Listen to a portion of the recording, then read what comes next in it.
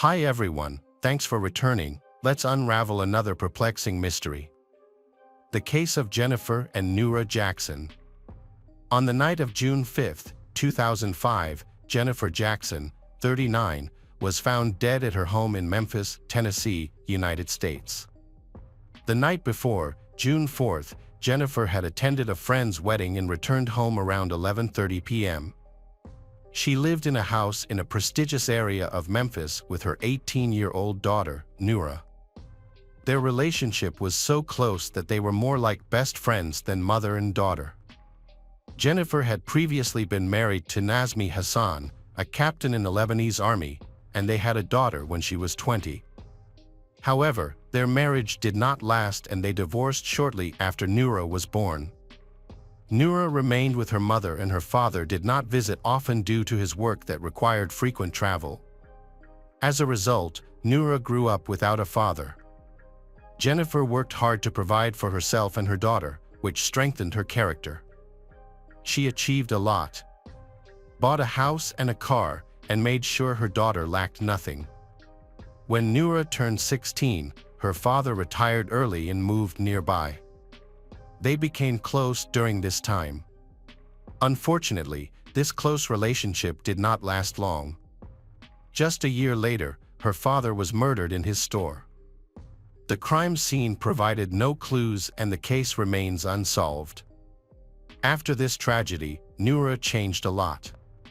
She started skipping school, going to parties frequently, rarely coming home, and relying solely on her mother for financial support. Noura's mother, Jennifer, felt frustrated and did not know how to help her daughter. Although she tried to guide Noura, nothing seemed to work. Friends advised Jennifer to wait out this challenging period, saying that such behavior was common among teenagers and that things would eventually improve. Trusting their advice, Jennifer chose to take a step back. However, tensions within the family remain high due to Noura's defiance until a new horrifying event occurs. At approximately 5 a.m. on June 5, 2005, neighbors heard a loud and persistent knocking on the door. They were still asleep, confused as to who could be visiting at such an early hour and worried that something was wrong. The neighbors lived across the street from Jennifer's house. When they opened the door, they found an 18-year-old girl named Noura screaming, saying that someone had broken into their house. The neighbor then took out a gun for protection and followed Noura to Jennifer's house. They entered through the back door. Noura entered first. She rushed to the phone and called 911. She told the police that someone had attacked her mother. While Noura was talking to 911, she gave the neighbor directions to Jennifer's bedroom. When the neighbor entered the room, he found Jennifer lying on the floor at the foot of the bed, covered in blood. She showed no signs of life, and there was a lot of blood in her mouth and on the bed. He hurried to Jennifer to check her pulse, but she was already cold and there was no way to help her. Realizing she was dead, he went back to tell his wife while Noura was still on the phone with the police. Neighbors later returned to Jennifer's home to support a grieving Noura and keep her company. Paramedics arrived to confirm Jennifer's death, determining that she had been dead for several hours. Forensic experts began examining the crime scene, while police questioned Noura, who may have been the only witness to her mother's attack. Noura said that she came home from the party around 5 in the morning and found someone breaking into the house. Worried about her mother, she quickly ran to Jennifer's bedroom, where she found her unconscious. Noura then ran to a neighbor's house for help, saying that she didn't see anyone in the house. During the investigation of the crime scene, police observed a broken window on the inner door that connects the kitchen to the garage, with shards of glass scattered on the kitchen floor. It appeared that the window had been broken from inside the house rather than outside. All entrance doors were locked with no apparent signs of forced entry. Experts noted that it seemed Jennifer was attacked while sleeping in her bed, leaving her unable to defend herself. The situation appeared staged as a break-in, but there were inconsistencies. The hole in the window was positioned much higher than the door lock, making it impractical for an attacker to reach the door handle and open it. Upon further investigation, the police discovered a second hidden lock near the broken glass, which was easily accessible. This lock, equipped with a concealed hinge on the door frame, could not be seen from outside, indicating that the attacker was familiar with the house. On the kitchen floor, police found bloody boot prints and drops of blood. In the bedroom, blood covered the bed, and Jennifer's body was on the floor, suggesting she was attacked while in bed and then dragged to the floor. The attacker inflicted over 50 wounds on Jennifer's head. There was also a wicker basket present, reminiscent of other crime scenes where criminals cover the victim's face to prevent them from seeing the attacker. The situation seemed suspicious. On the surface, the house appeared affluent, much like the surrounding neighborhood where the victim lived, which could have attracted burglars. However, nothing was stolen. Valuables were clearly visible throughout the house. There was no sign of struggle, and the woman had not been sexually assaulted. So what was the motive? The brutal nature of the attack on Jennifer suggested a personal vendetta. Consequently, police began to investigate her life more closely to identify potential suspects. At the same time, the police searched the area around the house, interviewing neighbors and looking for surveillance cameras that might offer critical evidence. Unfortunately, at that hour, all the nearby residents were still asleep. No one witnessed the attacker or heard anything unusual. Additionally, there were no nearby surveillance cameras to provide any leads. Police learned from Noura that Jennifer had broken up with Mark Irwin shortly before her death.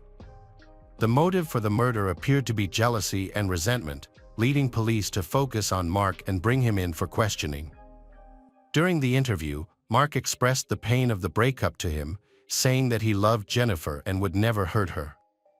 Mark said that he called Jennifer around midnight to discuss personal matters, hoping to mend their relationship, but she did not answer. Assuming she was asleep, he decided not to bother her and went to bed. Mark mentioned that he stayed at his house that night, which was quite a distance from Jennifer's house, at least an hour-and-a-half drive. Although he lacked a solid alibi, he seemed genuinely distressed and cooperated fully with the investigation, passing a polygraph test. Police also tracked his car and phone, confirming that he did not leave his local area that night. This evidence led to Mark being cleared as a suspect in the murder. Noura said that her mother's second husband, whom Jennifer divorced in 2001, was abusive. He had threatened Jennifer and had once pointed a gun at her mother. Noura suspected that he was involved in her mother's murder. Police investigated this lead but discovered that he had an alibi for the time of the murder. After interviewing Jennifer's relatives, police determined that she had no enemies. Instead, all the evidence pointed to Noura, who had been arguing with her mother recently. Noura may have staged the crime. She may have had a motive to kill her mother to inherit her mother's money. During the investigation, it became clear that Noura was a troubled teenager. She not only had a habit of attending parties but was also frequently smoking marijuana. Noura had a short temper, often displayed aggressive behavior, and would resort to using foul language. She demanded money and, when denied, would resort to physical aggression. Additionally, there was a conflict between Noura and her mother regarding the inheritance from her father. Noura wants to sell the property quickly for cash, while her mother wants to keep it. Police suspect Noura is involved in the crime and have summoned her for questioning. Noura repeated the story she had told earlier. She had attended a party and returned home around 5 in the morning to find her mother brutally murdered. She claimed she had nothing to do with the crime. However, the police soon realized that her story was not entirely accurate. After checking her bank card activity and surveillance camera footage from her car, they discovered that at 4 in the morning, she had stopped at a 24-hour store to buy a first aid kit. The kit was later found in her car, but Noura had not reported it. Forensic experts determined that her mother's time of death was between 1 a.m. and 3 a.m. A review of Noura's phone records showed that she was at her mother's house at the time of the murder, with details that matched the timeline perfectly.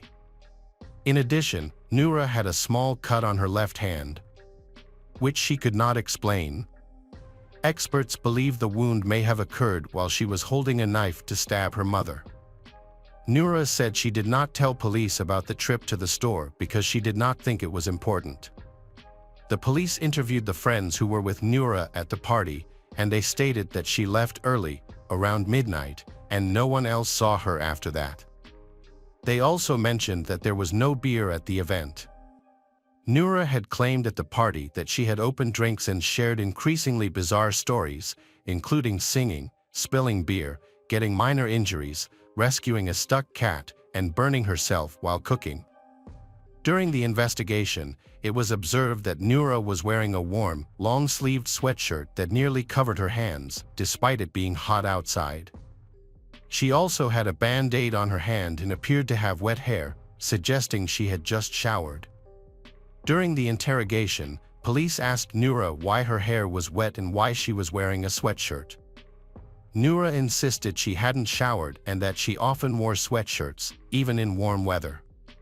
However, her friends disagreed, stating that she typically didn't dress that way. The police could not find the murder weapon or any bloody clothes that could link Noura to the crime at the time of the attack. They did discover drops of Jennifer's blood on the porch, indicating that the assailant had left the house with blood on them and had likely disposed of the knife elsewhere. As a result, the Noura Jackson was arrested and charged with Jennifer's murder. Bail was set at $500,000, which Noura could not afford, leaving her in prison awaiting trial, facing the possibility of life imprisonment. During the trial, the prosecution argued that Noura killed her mother due to constant conflicts over Noura's lifestyle, which included partying, skipping school, sex, and drug use.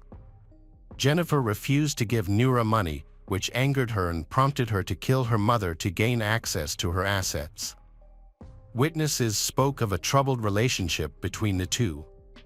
Jennifer's sister said that tensions had escalated a week before the murder, when Jennifer told Noura that she needed to change her lifestyle or leave the house. A friend who attended the party with Noura claimed that Noura expressed feelings of hatred toward her mother.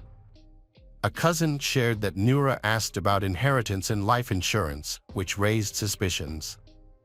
A neighbor reported that Noura had angrily demanded money from her mother just a week earlier. Additionally, evidence suggested that there was a dispute regarding the sale of her father's car. The prosecution argued that there had been a staged break-in and that phone records showed Noura was home at the time of the murder. The prosecution presented evidence that Noura had left the party early and spent about 3 hours at home before going to get a first aid kit. While Noura claimed she had been driving around town, phone records showed that she had actually been at home. She claimed that she had left her phone at home, but this was disproved when she called a friend from the store. The friend confirmed that Noura had called him at 1 a.m. on her home phone and hung up immediately. The prosecution argued that she hung up because she was afraid of being discovered after mistakenly calling from her home phone. The prosecutor pointed to inconsistencies in Noura's story, such as the sweatshirt and the cut on her hand.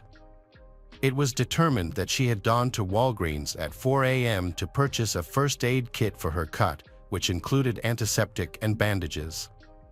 Surveillance footage from the store showed Noura asking for tissues at the counter to wipe away the blood, suggesting she had a fresh, bleeding wound. The prosecutor argued that Noura had worn the sweatshirt to cover her cut but was unsuccessful, as police had noticed the bandage on her hand. During the trial, a recording of Noura's 911 call was played. The prosecutor highlighted a peculiar moment. When asked if her mother had been shot, Noura confidently replied no, even though she was in a panic and likely couldn't tell the difference between a gunshot and a stab wound. A neighbor, whom Noura had contacted that morning, testified that he was surprised by how openly she discussed the incident. The neighbor, whom Noura had asked for help that morning, was clearly surprised to hear her talk about the situation. Noura entered her home first, seemingly unafraid, while the neighbor followed her with a gun, worried about a potential attack. This behavior aroused suspicion. The prosecutor alleged that Noura was under the influence of alcohol and illegal drugs and was motivated by a desire to make money to support her partying lifestyle. However, Noura barely spoke during the trial. Her attorney, who took the case pro bono, spoke for her most of the time. The defense argued that there was no direct evidence linking Noura to the crime. No murder weapon was found that contained her DNA or fingerprints, allowing her to be ruled out as a suspect. The lawyer accused the police of handling the investigation poorly. They found no evidence that would help identify the criminal. So the police chose to blame the troubled daughter to close the case. The lawyer argued that statistically, children rarely kill their parents, and this case differs from typical maternal murder cases. The attorney argued that the entire case was based on circumstantial evidence.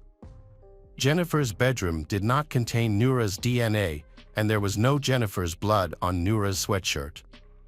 The lawyer argued that if Noura had attacked her mother, she would have suffered much more injuries, but she only suffered one cut. The prosecutor denied this claim, saying that Jennifer did not defend herself. Instead, she was asleep at the time of the attack. Despite the defense's arguments against the investigation, the prosecutor's evidence convinced the jury, resulting in Noura Jackson being convicted of second-degree murder. She was sentenced to 20 years and 9 months in prison. After nearly 10 years, the Tennessee Supreme Court granted Noura a new trial. It was revealed that a key witness, a friend of Noura's, came forward, claiming that she had called him to her house to resolve a problem.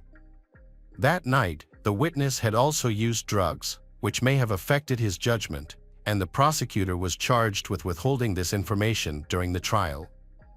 On August 22, 2014, the Supreme Court overturned Noura's conviction, stating that this testimony was crucial to the jury's decision and that they might have ruled differently if they had known the truth. Concerns were raised about the integrity of the prosecutor, Amy Wyrick, as it became evident she had engaged in similar misconduct in other cases by concealing important facts to secure convictions. The court reprimanded her for these actions. In response, Amy stated she was prepared to retry the case and demonstrate Noura's guilt.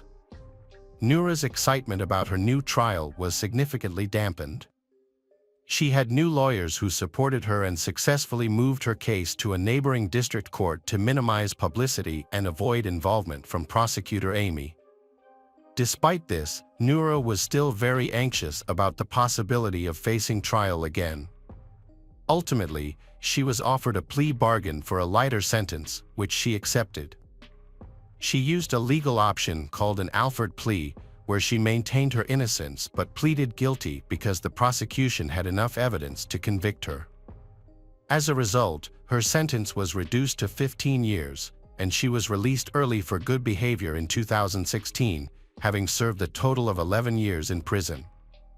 During her time in prison, she experienced a worsening of a medical condition that prevents her from having children, and her criminal record makes it impossible for her to adopt. Welcome back, detectives. Let's dive into another horrible case. The case of Chris Farmer and Peta Frampton. Peta Frampton was 24, while Chris Farmer was 25. He had decided to take his girlfriend on an adventure to explore faraway places and celebrate his achievements, while contemplating his future plans. Chris aimed to become a doctor, and he was dedicated to succeeding in that field. Recently, he had earned his medical degree, while his girlfriend, Peta, had graduated from law school. The families of Peta and Chris lived in the suburbs of Manchester, UK. Chris was the middle child among 3 siblings, his youngest sister Penny, his older brother Nigel, and himself. From a young age, Chris disliked restrictions and boundaries, but he was never aggressive or cruel. Instead, he had a free-spirited approach to life. The entire family was friendly and supportive of one another. Chris and Peta had met in school at age 14, and since then, they couldn't imagine life apart. Peta was active but more reserved, which helped balance Chris's enthusiasm. However, Peta and Chris decided to wait until after graduation to get married. Chris felt it was important to establish a stable foundation before starting a family, and Peta agreed with him. The couple loved to party and often took breaks to enjoy themselves. They frequently hosted themed gatherings, inviting many friends and acquaintances. Both had been working since a young age and had achieved financial independence. They held respected jobs, earned good salaries, and were able to travel. By that time, Peta and Chris had already explored Europe, visited Morocco, and traveled to various other destinations. In December 1977, they left their hometown for an adventure. Chris's younger sister, Penny, was envious of their journey. Chris and Peta spent about 6 months in Australia and loved it. They then decided to visit the Pacific Islands, explore the west coast of the United States, and eventually travel to Belize. They craved new experiences and want to live life to the fullest. Chris was passionate about traveling and often recorded video notes during his trips. He sent these videos and letters to his family, letting share in the adventures he had with Peta. On June 13, 1978, Chris' family and Peta's family received an update from them. They shared that they had been offered a short cruise along the coast on an American yacht called Dwayne Boston. This was a wonderful opportunity to enjoy some time on the open sea. Chris had loved sailing since he was young and was always captivated by large bodies of sea. In his letter, he excitedly described Captain Boston, who had 2 children on board named Vince and Russell. The journey was expected to last about 2 weeks. Chris and Peta, a young couple, embarked on a sailing trip with Captain Boston, a seasoned sailor who called himself a pirate of the Caribbean. Chris and Peta were experienced in extreme adventures, and the trip should have been trouble-free. After a while, Peta and Chris' parents became worried because they no longer received any updates about their children. The trip seemed like an exciting opportunity, as Captain Boston's ship, though small, offered a chance to explore the sea and new destinations. Peta and Chris spent their days fishing, relaxing on beaches, and exploring different cities and forests. Peta and Chris's plan was to enjoy their time on the ship and then visit more countries on their own after Captain Boston dropped them off. However, Chris wrote in one of his letters that Captain Boston was very strict, monitoring their work closely and punishing even minor errors. Captain Boston thought this was the best method to train capable sailors and young men. Boston's approach to education differed greatly from that of Chris and Peta, who were often surprised by the strict discipline he enforced. However, they believed that for 2 weeks, serious issues wouldn't arise. Later, one of Captain Boston's children recalled that, at the start of the journey, everything felt quite normal. But as the ship became cramped and minor disagreements occurred, tensions grew to the point where the adults could barely tolerate each other. The children Vince and Russell also frequently argued over minor matters, while their father, Boston, appeared to be disengaged. Chris informed his relatives that their plans had slightly changed. They now decided to land in Livingston, Guatemala, which meant they would finish their trip earlier than expected. After that, Peta planned to fly to New Orleans, while Chris intended to travel to Trinidad. Chris expressed dissatisfaction with the small yacht trip, suggesting that they were growing weary of seeing the sea every day. Additionally, the boat's limited space prevented them from maintaining distance from other passengers, causing irritation among everyone involved in the journey. However, Peta and Chris continued their journey, sailing around various islands, which made their experience more enjoyable. One morning around 11 o'clock, they landed on an island and went to visit the local lighthouse. There was a party there, complete with a barbecue and plenty of drinks, and everyone joined in the festivities. This turned out to be their last happy memory before something tragic happened. Then, Peta also wrote and sent letters to her relatives along with Chris. In her last letter, she mentioned that life on the boat wasn't always easy. Captain Boston frequently scolded his sons and had a quick temper. At that time, there were no mobile phones or fast communication methods, so it took about 2 weeks for letters to be delivered. Unfortunately, after Peta stopped receiving letters from Chris, she also stopped writing them. Peta and Chris' parents do not understand what happened to their children. The situation was complicated by bureaucracy. During this time, Guatemala was experiencing a civil war. Although Livingston was distant from the main conflict, it is still dangerous for foreigners because of the many gangs operating here, of which drug trafficking is a big problem. Due to, the families of Peta and Chris were deeply worried. In Guatemala, dense jungles made it easy to get lost or to fall victim to gang attacks. It was common for individuals to disappear entirely. In such case, kidnappings were frequent, and for a foreigner, simply getting lost in the jungle usually means will die. Peta's family and Chris's family searched for any leads to find their missing children. They sent numerous letters and appeals across Central America, reaching out to city officials and medical centers, but they received no useful information. It was as if their children had vanished completely. Peta's family and Chris's family were devastated when they could not find any information about their loved ones for 6 months. They then hired a private detective in Belize, who took on the case and quickly established contact with a Catholic priest in Guatemala. The priest revealed that the bodies of a young man and a young woman of European descent had been discovered the previous summer. There were suspicions that these could be the remains of Chris and Peta. Any hope that Peta and Chris were still alive seemed to have been completely dashed. In August of the 1970s, fishermen discovered 2 bodies about 200 meters from the shore. The bodies had drowned, and their hands and feet were tied to prevent them from floating. They were also attached to engine parts, and plastic bags were found over their heads. It was clear that their deaths were violent rather than accidental, as a forensic expert identified signs of severe beatings and torture. The examination revealed that the victims were still alive when they were thrown into the water. This is a huge blow to the Peta family and the Chris family. They had suspected that the bodies belonged to their missing relatives, Peta and Chris. 6 months earlier, at the time of the discovery, the identities of the victims from the massacre were still unknown. They were ultimately buried in a standard Guatemalan grave marked with white crosses. To identify the victims, their bodies needed to be exhumed and compared with dental records from the UK. Implementing this process in Guatemala is very difficult, leading the relatives of Peta and Chris to attempt sending the remains back to the UK for examination by more experienced forensic experts.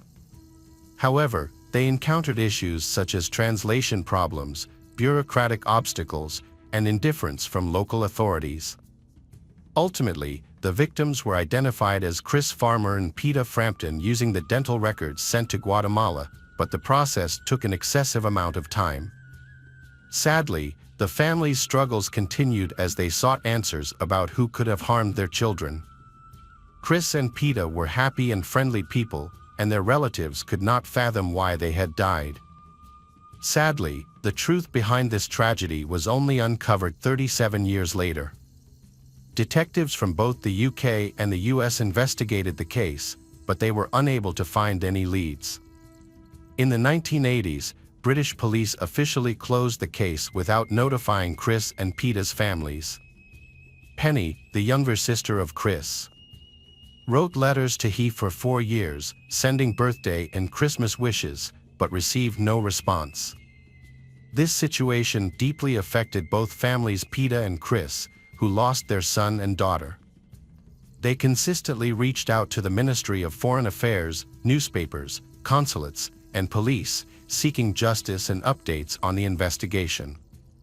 Sadly, Chris's father and Peta's parents never received any answers and passed away before the case was resolved. In 2015, Chris's sister, younger Penny, decided to take charge of the investigation. She developed skills in online detective work. However, she had very little information about Chris' journey, except for the ship he has gone on at the time. Eventually, Penny located Boston, the captain of a sailing ship named Justin B., on which Chris and Peta has gone traveling before the tragic incident occurred. Penny pieced together limited information from Chris' letters. According to the letters, Chris and Peta detailed their plans to travel along the Caribbean coast with an American sailor and his 2 sons, aiming to reach Honduras. Boston, a native of Sacramento, California, was the last person to see Chris and Peta alive. In their last letters, Penny sensed tension between Chris, Peta, and Boston, leading to suspicions that Boston could be the killer. However, there was no solid evidence to support these claims. While walking her dogs, Penny suddenly had a realization about what she needed to do. She had previously created an anonymous social media account to monitor her 3 sons for safety reasons. This time, it dawned on her that she could use this account to gather evidence against Boston. She also felt it was essential to find Boston's sons, Vince and Russell, as she suspected they were involved in the murder of Chris and Peta. Penny located the accounts of both brothers, Vince, 13, and Russell, 12, at the time Chris and Peta were murdered. She confronted them, mentioning that her loved ones had died on Boston's ship and demanded answers. Russell ignored her. However, after speaking with Vince, who was more open to discussing the matter, she became convinced that the brothers Vince and Russell were themselves deeply troubled by the killings of Chris and Peta. Vince explained that their father, Boston, was a cruel alcoholic who abused them. During the trip with Chris and Peta, he got drunk and killed them both, and it felt like a scene from a horror movie. Penny encouraged Vince to go to the Sacramento police station to testify. He appreciated Penny's persistence, feeling that it was finally time to tell the truth. Following her advice in October 2015, Vince viewed the confession as a long-anticipated relief. For many years, Vince experienced nightmares about this incident. His father, Boston, was a dangerous man who committed numerous brutal crimes. However, the most terrible thing, Vince lived with this secret for nearly 4 decades, torn between his fear of his father and his desire to expose the truth. He had previously informed his grandmother and the police about the murder his father committed, but they either dismissed him or ignored his claims. Now, however, his statements had convinced the police, causing them to conduct an investigation into archived documents from 37 years ago. As a result, the police in Manchester and the United States launched an investigation. By 2016, Boston was charged with double murder. Vince reported that he witnessed the murders of Chris and Peta, and his younger brother, Russell, who was 12 years old at the time of Chris and Peta's disappearance, also provided detailed accounts of what happened. Vince described how Boston brutally beat Chris, stripped him, tied him up, and attached many heavy parts of the car that were later found on the ship. When Boston pushed Chris over the side of the ship, he was still alive, but that didn't stop Boston. Afterward, he went down to the lower deck, where screams could be heard for a long time.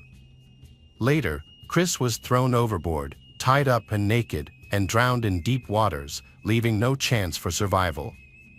In his interview, Vince shared his experiences of living under the oppressive rule of his tyrannical father, Boston. While other fathers played with their children, took them on outings, and rode bicycles, Vince's father involved him in criminal activities, such as robberies. He intended to use his children to break into homes and harm people. However, Vince and Russell refused to participate, which only led to even harsher punishments from there. Vince felt relieved that, after many years of being overlooked, people finally listened to and believed him. At the time of the online investigation, he was 50 years old. Initially, he was too afraid to discuss the murder with anyone, not even his younger brother, Russell, who also witnessed it. Their father, Boston, had threatened them, saying that if they went to the police station, he would die. He justified his actions by claiming he had no choice, otherwise, Chris and Peter can report him, so he needed to eliminate them. Boston believed that informers were the worst kind of people.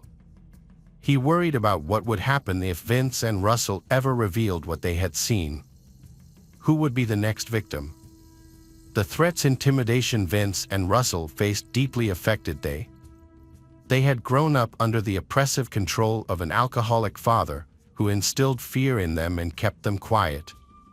Despite this, Boston's eldest son, Vince, wanted to speak out and tried to do so as soon as he escaped from his father's grasp. Vince noted that as an adult, he repeatedly reported the incident to the police, but his pleas were ignored and even mocked. At first, Penny believed Boston's children were involved in the crime. However, she soon realized they were actually victims of a criminal who had been tormenting them for years. Vince and Russell found themselves in a desperate situation, and Peter's fate was sealed as soon as they got on the ship. Records show they were misled into boarding under the false belief that Captain Boston was offering cruises called Robinson Crusoe. At first, life on the ship was enjoyable. The young passengers loved sailing and treated each other kindly. The Captain Boston took them to beautiful, remote locations, and they thought this journey would be a memorable adventure on their small vessel. However, the ship and its Captain Boston were not what they appeared. He took Chris and Peter on this trip to escape from the law. He wanted to avoid facing charges for a rape he had committed in California, so he fled to Belize. To the criminal Boston, Chris and Peter looked like a great opportunity for easy money. From the beginning, he planned to dock at a remote harbor to rob them and steal their belongings. As the police investigated this frightening man further, Boston, they discovered that he was likely involved in multiple murders. He had long been the main suspect in the disappearance of his third wife, Mary Lou, who vanished after expressing her desire for a divorce and wanting to take their two sons, Vince and Russell, with her. Vince, the couple's son, recalled that his mother disappeared in 1968 when he was just 3 years old. The children deeply missed their mother and were forced to live with their abusive father. As Vince grew older, he came to understand the terrible nature of his father, who had killed a couple of travelers without remorse, and he began to suspect that Boston was also responsible for his mother's disappearance. Boston had a motive for Mary's murder. He wanted to avoid divorce, the division of assets, custody battles, and alimony payments. Vince and Russell's grandmother told them that Boston had shot Mary in the back, but it was unclear where she got this information, and Mary's body was never found. Ultimately, Boston's involvement in Mary's disappearance could not be proven due to lack of evidence. The brothers Vince and Russell often sought answers about their mother's, Mary's fate, but their father was reluctant to discuss it. During his childhood, whenever they brought up the subject, he would harshly punish them, which instilled a lasting fear in them about bringing up the topic. Boston's children, Vince and Russell, described their childhood as walking on a knife's edge. Boston was often drunk and could become aggressive, and when he used drugs, his behavior became erratic. This led to harsh punishments for the children. They were reprimanded for even minor missteps. For them, the boat trip was one of the most terrifying experiences of their lives, as they feared they might suffer the same fate as their mother, Mary. However, during the trip, Vince fondly recalled Chris, who had taken the time to teach the boys new things. Since their mother's disappearance, they had not encountered such kindness in a long time.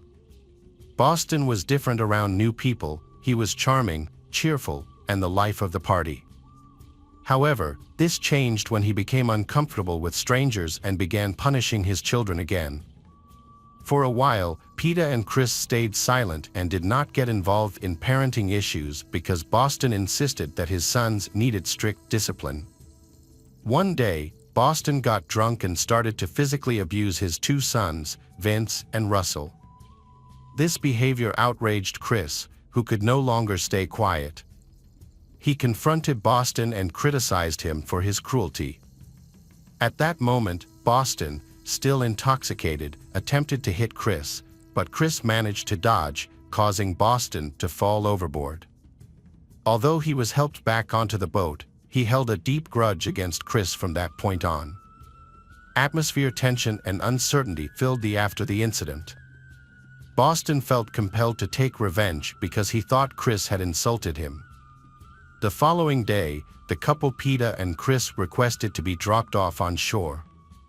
However, Boston attacked Chris from behind while he was distracted. He caught Chris off guard and struck him in the head with a single blow. Boston then delivered several powerful punches to Chris's chest and bound his hands and feet. Boston went down to the lower deck, where he knocked down and tied up Peter. The next day, he tortured and abused Peter and Chris, forcing Vince and Russell to take care of they. Vince and Russell were confused and didn't know what to do. They wanted to help Chris and Peter but were scared for their own safety. Peter asked Vince and Russell for assistance, but they did nothing. Despite the situation, Chris remained brave and did not cry. Days later, Boston announced Peter and Chris would be released on the shore. They were thrilled, thinking their suffering was coming to an end. Unfortunately, this turned out to be a cruel trick. After reaching deeper waters, he placed plastic bags over Peter and Chris' heads, tied them up, and then threw them overboard. It was essential to apprehend Boston, a brutal killer. Investigators discovered that he had sailed away from the coast of Guatemala on July 19th. Only his sons, Vince and Russell, were left behind. After the incident, he returned to Sacramento and sold the yacht. During this time, he contacted authorities, claiming he had dropped off Peter and Chris near Livingston. He accused them of drug trafficking and using illegal drugs during their trip, which caused problems in Guatemala. However, the family of Peter and Chris knew that them relatives didn't use drugs. Despite this, Boston disappeared and could not be found due to bureaucratic complications, leaving the case unresolved. Sadly, the case never went to trial. Boston was eventually found in a nursing home in Eureka, California, and was arrested on December 1, 2016. While awaiting a hearing, he faced several health issues. Just weeks before Penny and her mother were set to fly to the U.S. for the hearing, Boston's health rapidly declined. In April 2017, at the age of 75, Boston died in custody. An autopsy revealed heart and liver problems. Medical staff at the prison hospital reported that after Boston learned about the upcoming hearings, he refused to take his prescribed medications, which worsened his condition. The penitentiary labeled Boston as a coward, who chose to end his life rather than confront the repercussions of the massacre he planned. Chris's family had hoped for justice to be served quickly, but the Supreme Court let them down. By this time, Peter's parents had passed away and they did not get to see the case solved. Eventually, Penny wrote a book about her brother, Chris, who was an extraordinary person and made a meaningful impact, even at a young age. In 2019, she traveled to Guatemala to visit the graves marked with white crosses where Peter and Chris were buried. Penny wept for her brother and for his girlfriend, who had stood by his side until the very end. This journey was difficult but helped her to confront her fears and pain. Chris's relatives continue to remember him, as he had aspirations of becoming a doctor and brought great pride to his family. His mother lived to be 99 years old and often felt it was unjust that her son was taken from her at the young age of 25. She often expressed that she would gladly trade several years of her life for him, believing he would have accomplished something extraordinary during that time. Hello, crime enthusiasts, are you ready for another chilling investigation? The case of Andrew Steele. Ashley Kristen was born in California. From a young age, she helped her mother with housework and took care of her siblings. Her relatives appreciated her support, although childcare could be a challenge. Young Ashley was willing to help her mother in many ways, which helped her mature faster than her peers. This early maturity may have contributed to her first love story, which began when she was just 12 years old. She met a boy named Andrew Steele and they felt an immediate connection. Unlike many of her peers, Ashley was not into parties or frivolous activities. She was quite modest. Their relationship continued throughout high school and was serious from the start. After finishing high school, Ashley's family moved to Minnesota, but she and Andrew managed to maintain their relationship despite the distance. They kept in touch through phone calls and letters, seeing each other occasionally but not often. During this time, they focused on their studies and college preparation while still taking time to connect. They were both committed to building a future together, knowing that getting a degree was essential to their plans. After graduation, they planned to move in together and start a family. Their dreams began to come true in 1998 when Ashley graduated with her bachelor's degree. After receiving their degrees, they decided to have a wedding and planned a solemn event that they had been waiting for many years. Ashley and Andrew exchanged vows at the altar, and with rings exchanged, a new chapter began in their lives. Meanwhile, the young husband got a job with the county sheriff, while Ashley was completely absorbed in her work and continued to build a career in finance. At first, things went smoothly for Ashley. She demonstrated impressive expertise in her field and handled even the most challenging tasks with ease. After years of working in finance, she took a job as a teacher at a local preschool. The preschool environment allowed her to reconnect with her previous experiences caring for siblings. In the early 2000s, Ashley's dream came true when she welcomed two children, Jack and Rachel, into her family. The couple's love story seemed complete, but fate had other plans.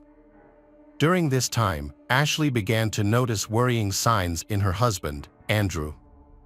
At first, she noticed a slight tremor in his hands. Although he tried to hide his struggles, everyone around him soon noticed. The tremors were so severe that he had difficulty holding objects. As his initial anxiety increased, Andrew began to have difficulty speaking and his hand tremors became more severe.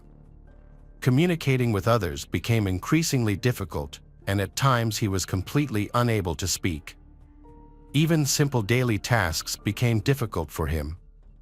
At times, the tremors were so severe that Andrew had difficulty eating. His wife did everything she could to support him, standing by his side in his fight against the disease. But it was clear that he was losing. On June 4, 2014, Andrew received a life-changing diagnosis. He had Lou Gehrig's disease, also known as a amyotrophic lateral sclerosis. At the age of 39, he was diagnosed with this rare, incurable disease that affects the central nervous system.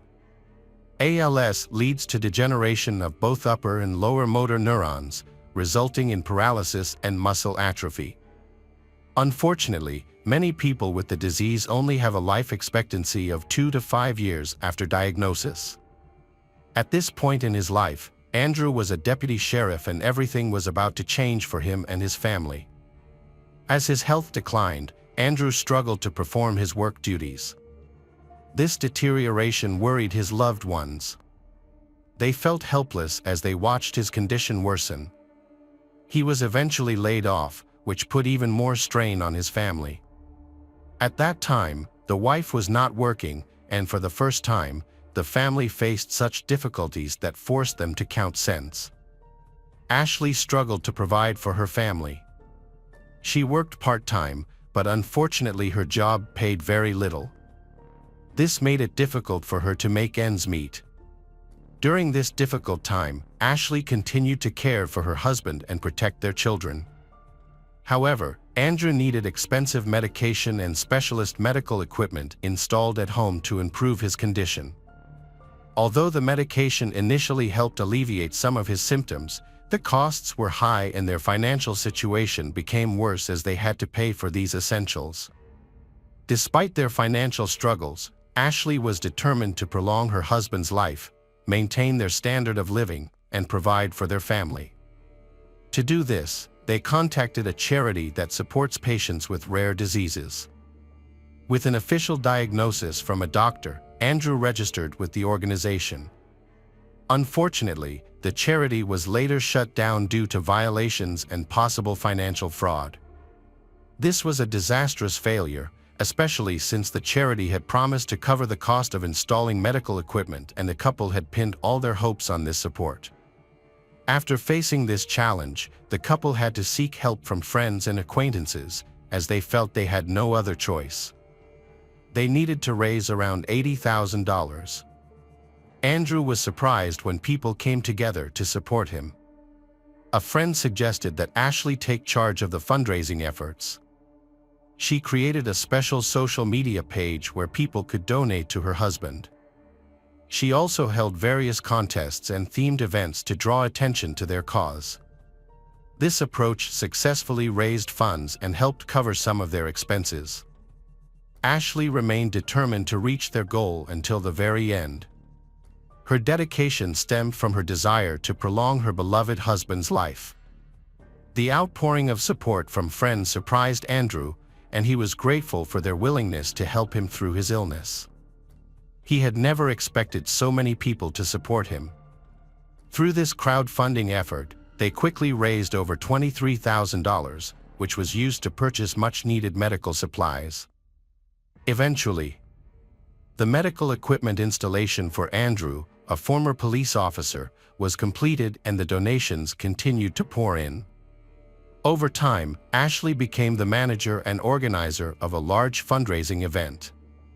At first, she received little support, but over time, she was able to support other foundations working for similar causes. She constantly discussed her husband's condition and shared updates on social media. By this time, they had been married for 26 years, enjoying a long and happy life together. Doctors encouraged Andrew to do the things he had always wanted to do, but had not yet done. Andrew recalled a memory from his school years when he and his friends performed on stage, imitating the legendary rock band Guns N' Roses. He recalled the enthusiastic applause of the audience, making it the most thrilling moment of his life. He longed to experience that joy again. On August 16, 2014, Ashley and her friends held a concert to fulfill her husband's long-cherished dream. Thanks to invitations sent through the support fund, the entire group that had performed together decades ago reunited for the event. More than 300 people attended, and the musicians were moved to tears. The scale and importance of the event attracted media attention, as Andrew's battle with the disease was considered interesting by journalists and widely reported. Andrew's health was deteriorating and he was facing a tragic end. After giving the interview, Andrew decided to throw a farewell party for the two most important women in his life, his devoted wife Ashley and younger sister, Casey Tolles. The sisters looked very similar, differing only by age and hair color. Andrew invited both women to the party, which surprised Casey's husband because she was the only one going. However, this was considered the last wish of a dying man, so no one questioned it. On Friday, August 22, 2014, Ashley and Casey gathered at their home in Fitchburg, Wisconsin, to enjoy a weekend with him. Everything seemed to be going perfectly. However, around 1 p.m., Casey called 911 in a panic, trying to stay calm. On the phone, she reported that a shooting had occurred at her sister's house. She explained that Andrew had picked up a gun, shot her, then pointed it at his wife Ashley. She ran away from him and called for help. Police and ambulances rushed to Andrew's house. Outside the front door, they found Casey, wrapped in a towel. She was bleeding and bruised, crying that she was dying. She was quickly placed on a stretcher and taken to the hospital. The interior of the house was in disarray, making it difficult for the police to immediately understand the situation.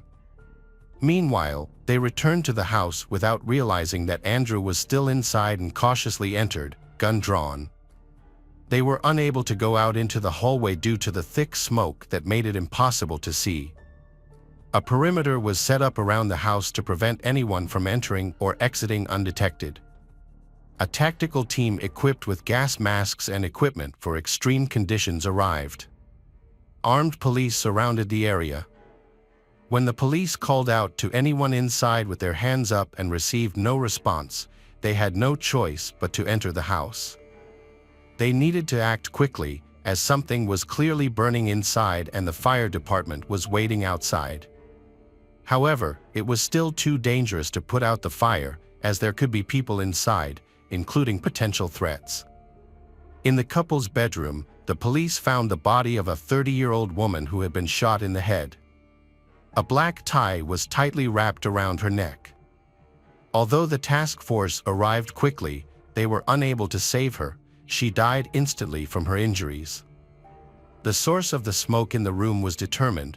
Andrew had set up a portable grill inside, filled to the brim with charcoal, filling the room with thick, acrid smoke. Andrew himself was found lying on the floor next to the oven, with a pistol close to his hand. An officer moved his weapon aside, and at that moment, Andrew woke up. He had inhaled smoke and was severely impaired. The officer quickly subdued, handcuffed Andrew, and extinguished the oven. Andrew was rescued from the smoke-filled room just minutes before he died of smoke inhalation.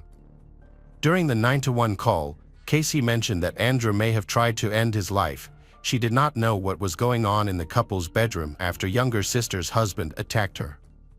According to Casey, after being shot, she heard more gunshots and saw Andrew pointing a gun at his wife's head. Casey then attempted to escape from the room, hoping that Andrew would be distracted and not notice her. She successfully hid in the basement and called emergency services. Meanwhile, Andrew was turning on the oven, intending to die of smoke inhalation. When the police arrested him, he was in very bad shape. He also had superficial wounds on his body. While investigating the events leading up to the brutal massacre, police discovered footage of Andrew purchasing 2 large bags of charcoal. It is unclear whether the attack on the 2 women was intentional. It was later discovered that Andrew had been planning a party, making the purchase of charcoal for grilling seem plausible. Ashley and Casey thought the items were for grilling, so no one found his purchases suspicious. Police are now faced with the daunting task of finding out why Andrew would commit such a horrific act against the people he claimed were his closest loved ones. Emergency crews rushed Casey, 38, to hospital, supporting her along the way, but she was unconscious. At the medical center, doctors fought for her life for hours on the operating table. Casey's injuries were so severe, she was sweating profusely. Unfortunately, she did not survive. Andrew, 39, was taken to a medical center under police guard. Fortunately, his injuries were not as serious as initially feared and were not life-threatening. He was released from hospital after a few days but was immediately arrested for double murder. Police suspect the crime was premeditated. That same day, Andrew made his first court appearance, conducted via video link. He was a respected sheriff's deputy who had become a suspect in a case that shocked the state for its senselessness and brutality. Andrew was arrested and his bail was set at $1 million. He was also banned from contacting his 2 children, aged 10 and 1, who are currently living with his wife's relatives. On September 11, 2014, the defendant appeared in court for his first in-person hearing. There was clear evidence linking the defendant to the murder of Ashley. The gun used in the crime contained only Andrew's DNA. The prosecution presented evidence that the murder was premeditated. They argued that Andrew had planned the crime for a long time. The main evidence supporting this claim was data from Andrew's cell phone, which contained numerous internet searches, including photos and videos of instructions on how to kill people, found on his device. Police discovered several online searches on Andrew's browser about effective and painless ways to kill people. Eventually, Andrew decided to use a gun.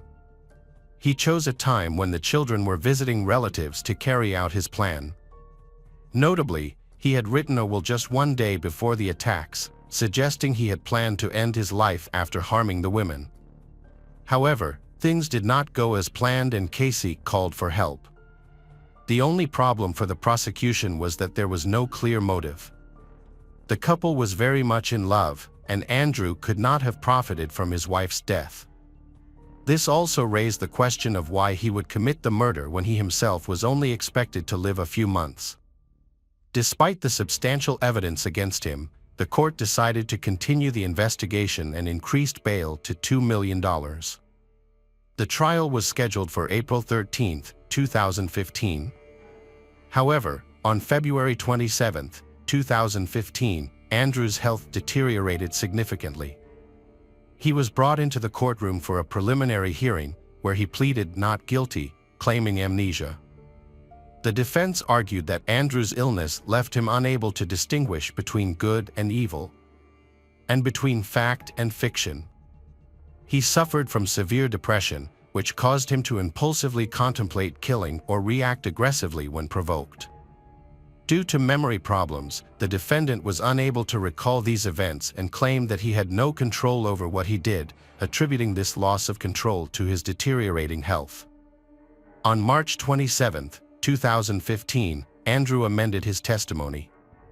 He admitted to killing his wife, Ashley, but maintained that he did not act out of malice. Instead, he claimed that his actions were entirely due to his medical condition. The defense faced a challenging task, as they needed to prove that Andrew's mental and emotional state had significantly deteriorated, as this contributed to the crime. They had to show a link between his illness and the murder, proving that he was not aware of his actions when he committed the double murder. To secure a favorable verdict, the defense had to convince at least 10 of the 12 jurors of Andrew's innocence. Now, the decision is in the hands of psychiatrists. Dr. Stephen Morse is responsible for assessing Andrew's condition. In his professional opinion, Andrew Steele's illness is not recognized as a mental disorder. Instead, it is a nervous system problem that can lead to cognitive and memory problems. However, there has never been a documented case of someone committing murder or acting aggressively due to this illness. On April 13, 2015, Andrew Steele's trial began. The defense quickly launched its defense, arguing that his medical condition was the primary cause of the tragic events, for which he was deeply remorseful. The attorney highlighted his professional achievements and best qualities. He recounted Andrew's struggle with a rare disease that eventually drove him insane, leading to the deaths of 2 women, presenting numerous friends and family members to testify in his favor. Acquaintances of the man testified that doctors had been monitoring the patient's condition for a long time. According to numerous witnesses, after the defendant learned of his fatal diagnosis, he fell into a deep depression. He was completely devastated, despite having an excellent relationship with his wife and children, as well as with friends. Unfortunately, fate decreed that he fell ill with a terrible disease, and he could have died. Against this background, the hero of the story significantly worsened his mental and emotional state, which could not go unnoticed. Witnesses said that for a long time, Andrew did not have problems with his memory, as the doctors had mentioned. However, these issues began on that fateful day in August 2014, which looked rather suspicious in the opinion of the prosecutor's office. This suspicion arose against the backdrop of the discovery of the man's notes, including a fresh will. All of this seemed to be part of an insidious plan, and the prosecution interpreted the text entries as preparation for murder. The prosecutor found confirmation of the assumptions about the premeditation of the crime, as well as evidence of a desire to voluntarily leave this life. This information became the main evidence on which the prosecutors relied. However, the defense did not lag behind in eloquence. According to the lawyer, these entries were evidence of the man's delirious state, which had begun long before the tragedy. He made spontaneous, incoherent notes that, if desired, could be interpreted in any way. The lawyer was sure that the evidence of the killer's innocence was on his mobile phone and tried to challenge the prosecution's opinion. The note about the will created by Andrew on August 21st, the day before the double murder, became a turning point in this court battle. The last time it was edited was on August 22nd at 6 a.m. The prosecutor's office claimed that the text contained direct references to a planned murder. The lawyers attempted to refute these claims, calling the text unrelated delirium.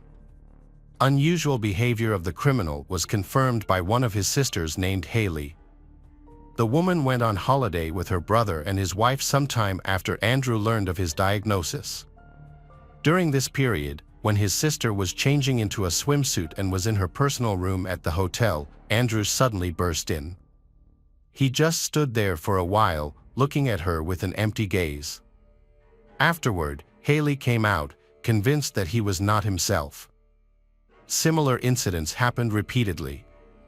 Several women from the prosecutor's office continued to insist that it was not typical for people with Andrew's illness to display cruelty and aggression. Before this episode, the disorder had never been considered a reason for an attack. However, according to the defense, it did not mean that the illness could not provoke anything like this at all, and it could proceed according to its own individual scenario. Andrew himself told a new, astonishing story of what happened at the trial. According to the defendant, that day he was going to engage in a sexual act with his wife while her sister was on the first floor. He claimed that Ashley liked strangulation during sex, so he used a black tie around her neck. However, in a fit of passion, he pulled it too tightly, and his wife began to choke. Andrew was unable to notice it in time. After that, Casey heard a suspicious noise upstairs and kicked down the bedroom door. Andrew remembered only that moment when she burst inside, and then there was a gap in his memory until the police arrived at the call. The confession seemed absurd. The deceased, Casey, told a completely different story during the 911 call. There was no damage to the bedroom door. It didn't look like it had been kicked in. The prosecutor's office provided several dozen photographs from the crime scene and the victim's body, revealing obvious discrepancies with the defendant's testimony. In particular, he claimed that they had naked sex, but Mrs. Steele was wearing a dress in the images. It was unlikely that he dressed her after her death. There was also confusion regarding tying up his wife. Andrews stated that he used handcuffs, then plastic cables, and then started talking about ropes on her wrists and ankles, although there were no signs of tying on her legs. However, there were signs on her hands. Cable ties were found lying on the living room floor in front of the sofa, and there was a pair of handcuffs on the coffee table. Casey's blood was discovered on the dining room carpet, along with bloody marks that suggested she was likely shot in the living room. Andrew's DNA was found under Casey's fingernails, indicating they had fought. Casey had numerous bruises and abrasions, as well as gunshot wounds to her lower body.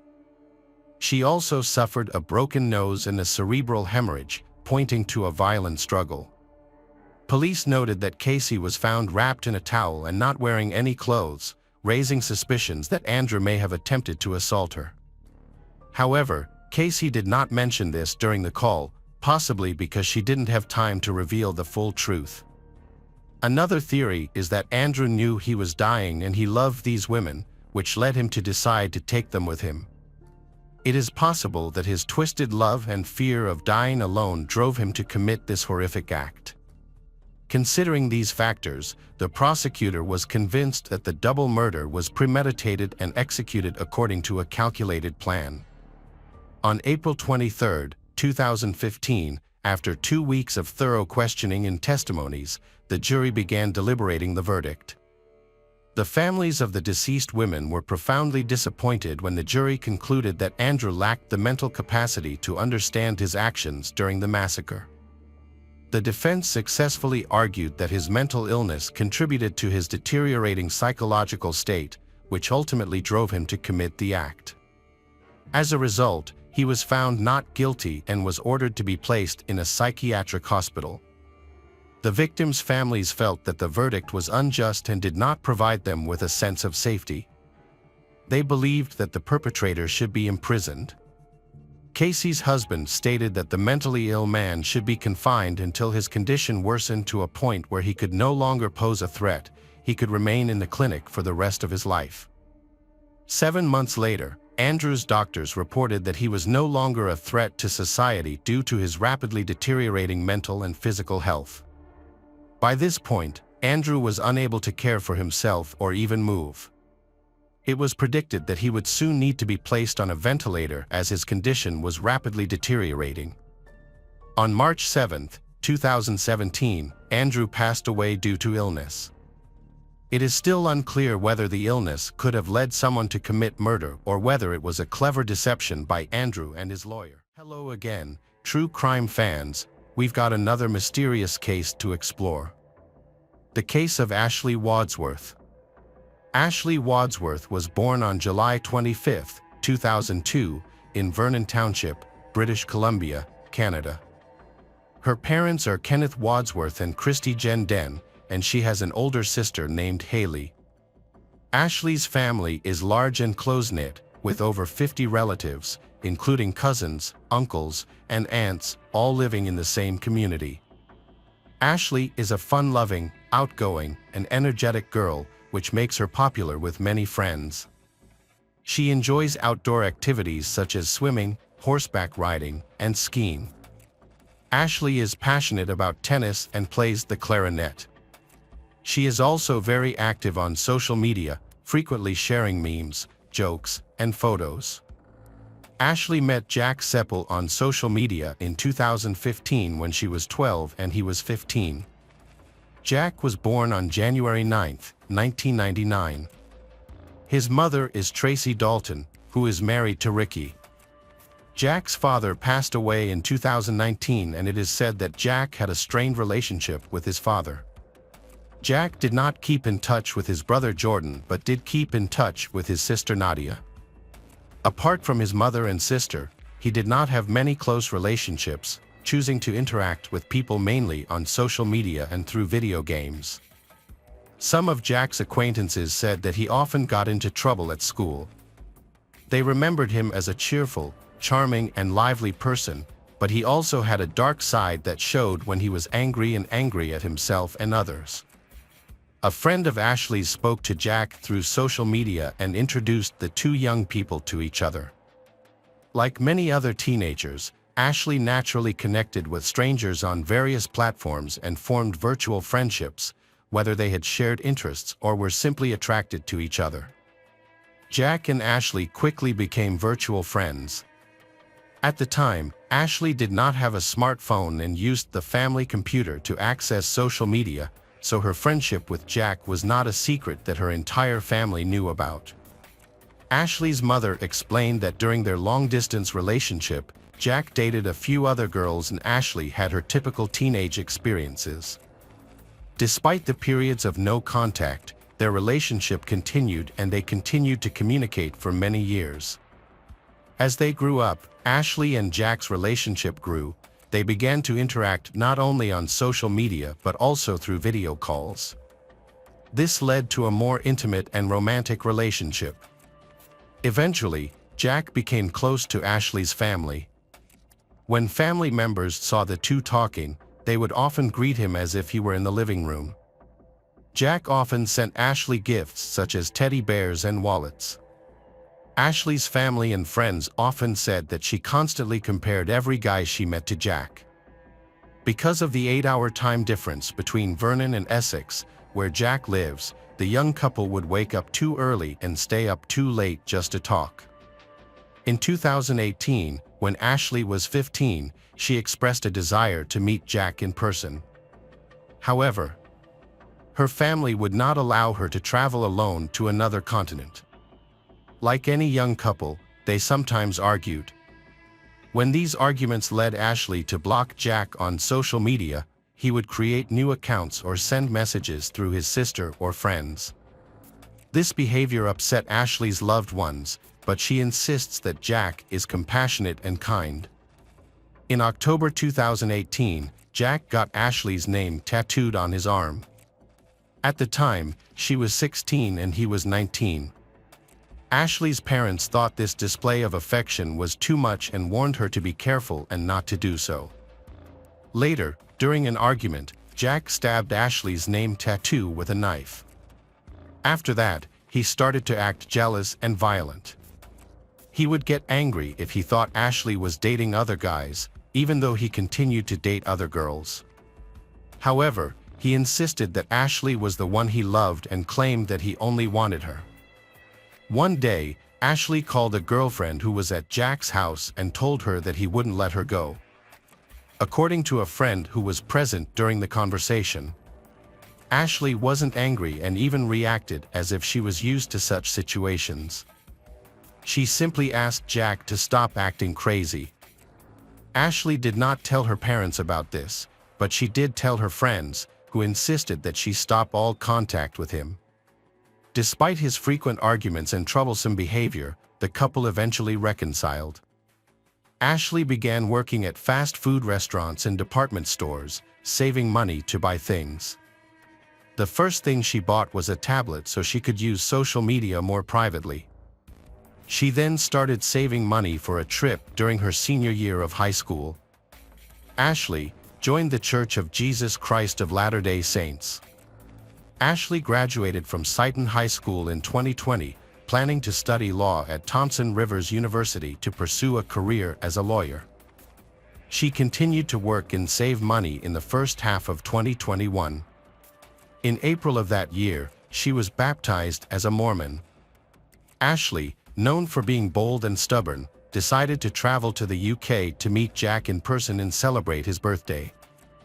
Although her parents and friends were not very enthusiastic about the idea, they could not stop her because she was of age and had her own money.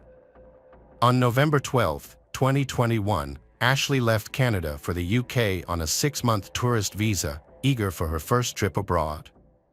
Ashley and Jack met in person on November 13, 2021. That same day, Ashley updated her profile picture to show both of them. Jack, who was 22, looked much older than the cheerful 19-year-old Ashley. He had tattoos, including some on his face. During her time in London, Ashley lived with Jack at his home. Jack had been living alone since 2020 in a public housing estate in northwest Chelmsford. Despite the area's bad reputation, they explored the more beautiful parts of Chelmsford and Essex together. Jack was affectionate, attentive, full of compliments and eager to take romantic selfies. However, he could also be inconsistent and cruel. Because Ashley was on a tourist visa, she could not work, and Jack was unemployed, relying on benefits and occasional help from his mother, Tracy, who lived nearby. Ashley often posted photos and comments about their trips online, many of which showed the couple cuddling and enjoying romantic moments. She kept in touch with her family via video calls, making it seem like everything was going well. They even adopted a kitten called Winston. However, over time, instead of going for walks or sightseeing, he preferred to stay home, use illegal drugs, and play video games. In a foreign country, Ashley was limited by Jack's interests, although she loved being outdoors. Before coming to England, one of Ashley's church friends introduced her to American missionaries who would be in Chelmsford at the same time. Ashley wanted to meet these young men, who shared her faith, but Jack forbade her from going to church on Sundays. Despite this, she kept in touch with the missionaries via text messages, secretly deleting the conversations to avoid Jack's discovery. Her new church friends quickly realized that Jack was controlling and possibly abusive. When discussing her problems with them, Ashley admitted that she knew she deserved better but just wanted Jack to be happy. Jack's control did not extend to restricting Ashley's interactions with others. About 6 weeks after her arrival, Jack texted his mother to say that he had beaten Ashley because he had discovered that she had blocked 2 phone numbers in the UK, suspecting them to belong to other men, which made him jealous. While Ashley continued to post pictures of her seemingly perfect trip online, she secretly created another profile to document her bruises. She confided in her sister Haley, but threatened to stop talking to her if she told her mother, because Ashley did not want her family to hate Jack. In late December 2021, Jack overdosed on antidepressants. Ashley quickly called an ambulance. They took Jack to the hospital, where he was treated for the overdose. Ashley was then assigned as Jack's caretaker to ensure he was safe to take his medication. Ashley hid this condition from her mother and friends, but Haley accidentally revealed it. Concerned, their mother asked Ashley to return home, but Ashley insisted on staying until Jack recovered. In early January 2022, another incident occurred. Jack hit Ashley in the head with a cup, causing her to burst into tears. She called her sister on video chat while she was forced to clean up the broken glass.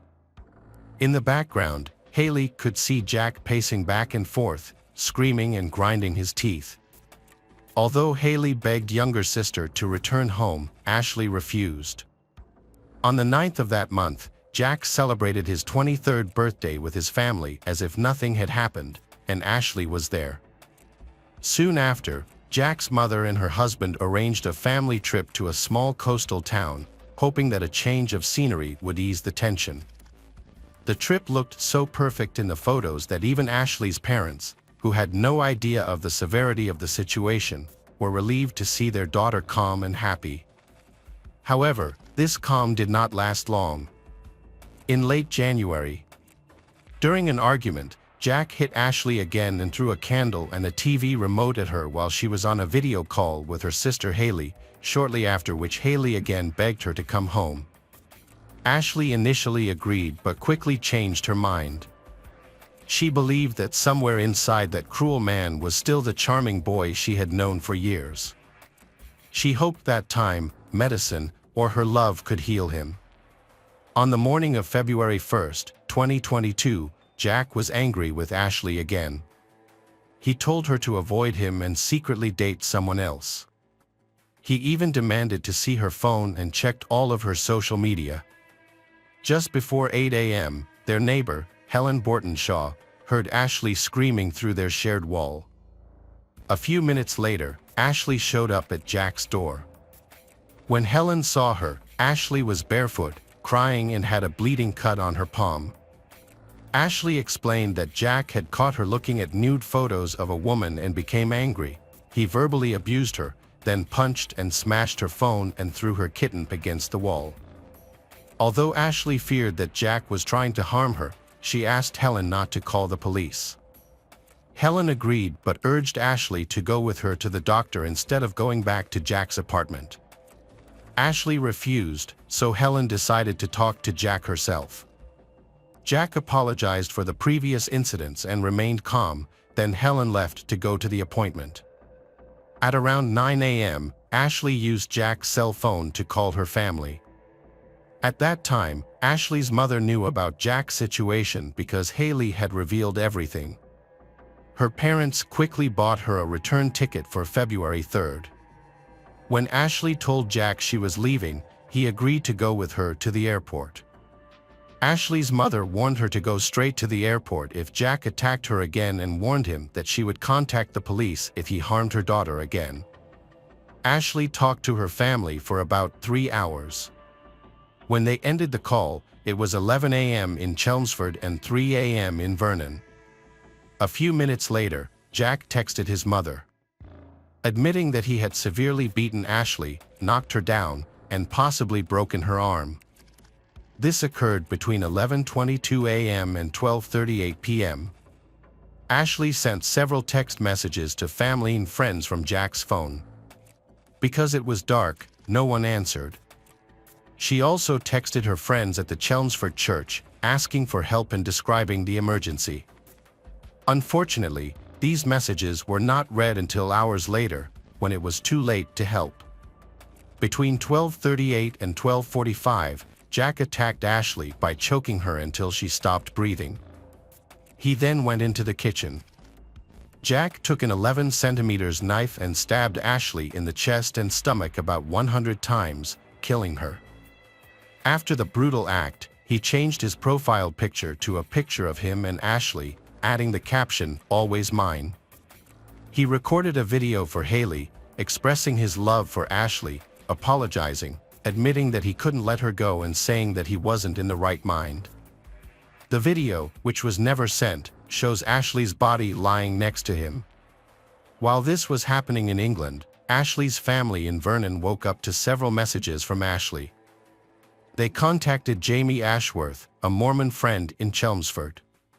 Jamie and Tyler Borden, another church acquaintance, went to Jack's apartment. After knocking on the door but getting no response, they called the police and left. Meanwhile, Ashley's best friend in Vernon noticed that Ashley's social media accounts were still active. In desperation, she sent a text message to Ashley. Messages from Ashley's family and friends continued to pour in, but Jack ignored them, even though they were eager to hear from her. Jack eventually called his sister Nadia. When she answered, he admitted to killing Ashley and even showed her the body. The incident happened at around 4:13 p.m. When the police entered the apartment after receiving Jamie's call, they arrived within 10 minutes. Unfortunately, it was too late. The police arrested Jack immediately. He was covered in blood and told the officers that he was psychotic, confessing to the crime. He was then taken to Chelmsford Prison. Jack Seppel's trial began on September 7, 2022, at Chelmsford Crown Court. Before the trial, Jack underwent a medical examination. A toxicology report found that he had a small amount of an illegal substance and a small amount of an antidepressant in his system. A psychiatric assessment concluded that he was fit to give evidence and stand trial. After considering the evidence against him, the court found that his guilt was clear. This evidence included a video recording of Jack confessing to the crime. Faced with this overwhelming evidence, Jack immediately pleaded guilty. The judge then informed him that, due to the seriousness of his actions and his subsequent confession, the only sentence he could receive was life imprisonment. During the trial, prosecutor Simon Spence detailed Jack's lengthy criminal record, which dates back to 2014. It was the first time Ashley's parents had learned the true nature of their daughter's boyfriend. Jack had a history of multiple arrests for stalking, kidnapping, false imprisonment and violent assault. He had also been issued with a number of restraining orders against him by his mother and ex-girlfriend. The revelation of Jack's violent and brutal past shocked Ashley's parents, who were shocked to learn of the criminal record of the man who took their daughter's life. During the hearing, the prosecution and defense presented their views on a letter Jack sent to Ashley's family while he was in prison.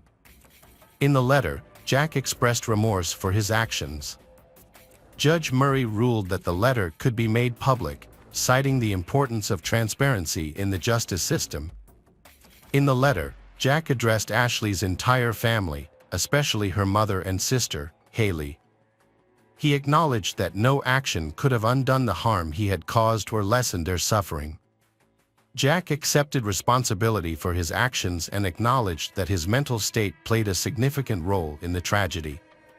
He also stated that he had openly discussed his mental health struggles with Ashley. After his trial, Jack Seppel was sentenced to life in prison with the possibility of parole after 23 years. Hello friends, welcome to our channel. Today we're going to take a look at another horrible case with you. The case of Maria Luisa Cedeno.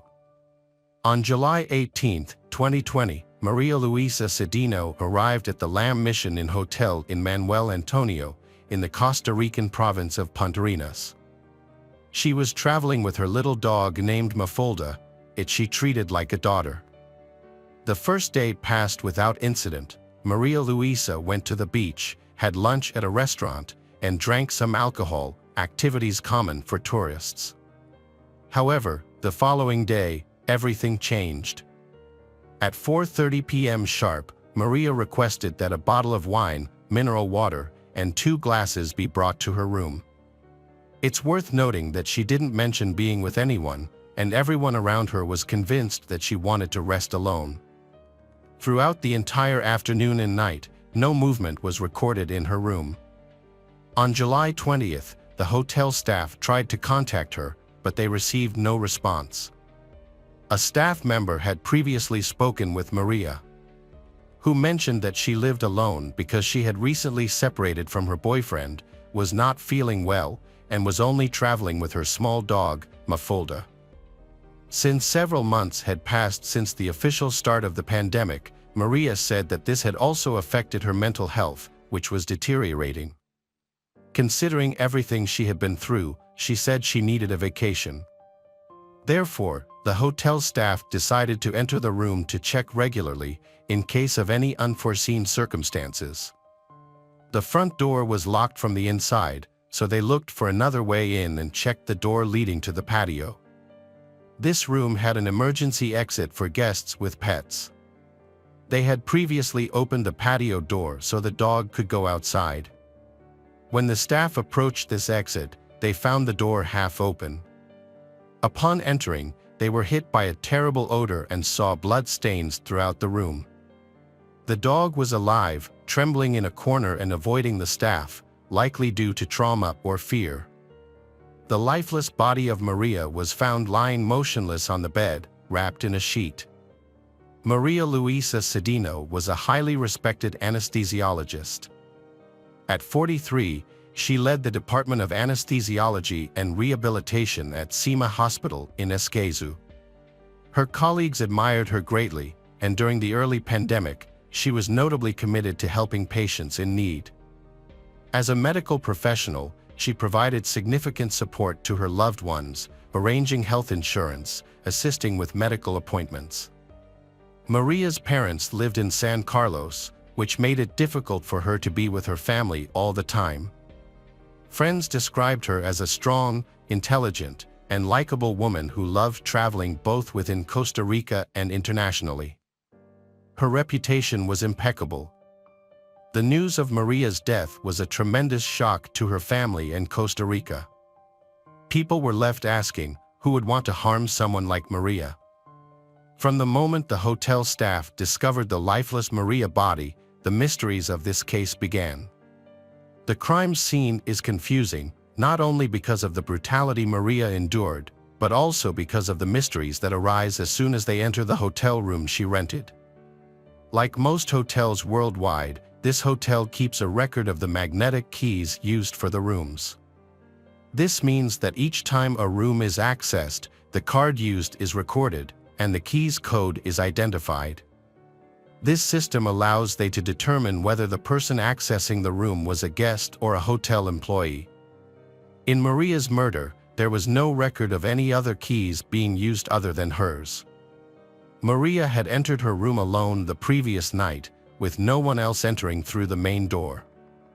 However, the room had a sliding glass door at the back that could be used as an alternative entry point. Since this door could only be locked from the inside, it is possible that Maria left the door unlocked, either intentionally letting someone in or accidentally leaving the door open. This allowed someone to enter and commit the murder.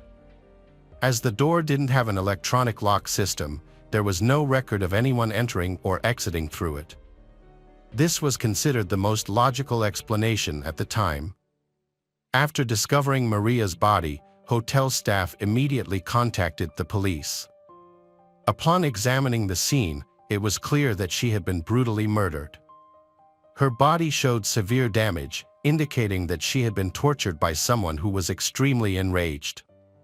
Forensic experts collected evidence and analyzed every detail to determine the cause of death and identify the perpetrator.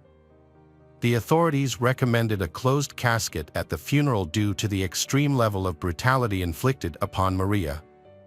An autopsy was later performed, which showed that the body had multiple bite marks and 2 broken fingernails, indicating that Maria attempted to defend herself. The autopsy also revealed that the killer cleaned the she-body after the murder. According to the investigator, Maria was killed in the bedroom, as evidenced by the large amount of blood found on the bed. The killer then moved the body to the bathroom, washed and dried it, wrapped it in a sheet, and placed it back on the bed. Although the killer attempted to wash the Maria body to eliminate evidence, this proved nearly impossible due to the extensive presence of blood throughout the room.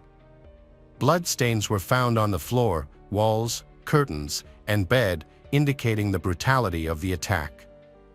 The forensic experts took photographs and collected as much physical evidence as possible from the scene. The body was then sent for an autopsy, and the police started interviewing the hotel staff and guests who may have witnessed or heard something. Given the state of the crime scene, it is likely that Maria screamed violently and her dog barked loudly during the attack. However, no one reported hearing any screams throughout the night. The hotel was relatively empty, but there were still a few people working at the hotel, and the hotel owner, Harry Bowden, who lived there with his husband Dano, were also present there. Additionally, Harry had allowed some acquaintances to stay at the hotel due to their financial difficulties. A bottle of wine and 2 glasses were found in Maria's hotel room. The wine had been ordered from room service. Later, investigators examined Maria's cell phone and found that she had sent a photo of the 2 glasses to a friend. However, the message did not indicate that she was with someone or she was waiting for someone to come to her room.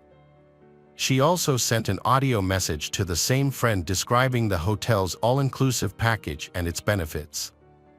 Maria seemed pleased with the service, mentioning that staff would bring her drinks, fruit, and other treats. She also mentioned interacting with hotel staff, including the bartender and hotelier's assistant, and noted that the owner was Dutch. Although she acknowledged the hotel is a bit worn out and understaffed, she expressed her overall satisfaction with her stay. The room cost 155,000 colons per night. Authorities investigating Maria's murder spoke with her friends and relatives to identify suspect. They discovered that she often ordered 2 glasses, even when alone, to have one for alcohol and one for water.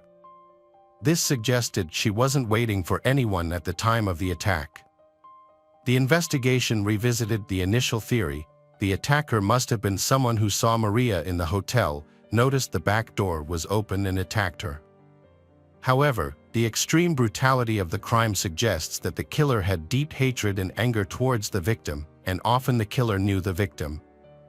Even so, there is no evidence that Maria was with anyone or had enemies at the time of her death.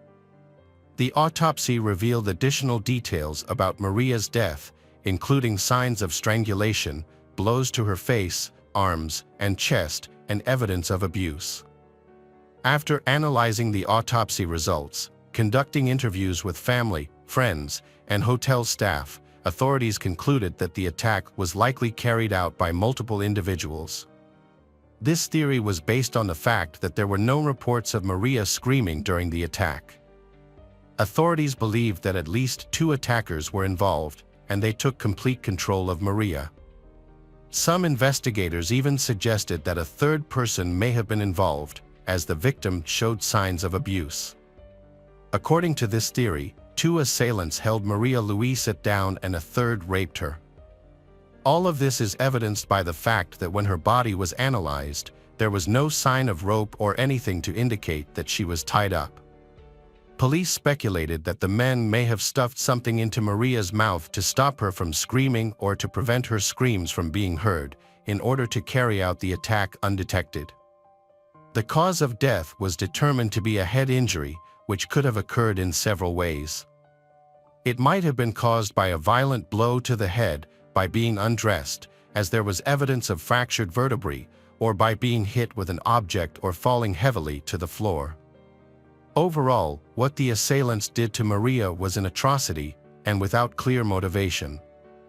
The first suspect was quickly identified because this man, who was staying at the hotel, had numerous fresh wounds resembling scratches and blows, suggesting he had been defending himself.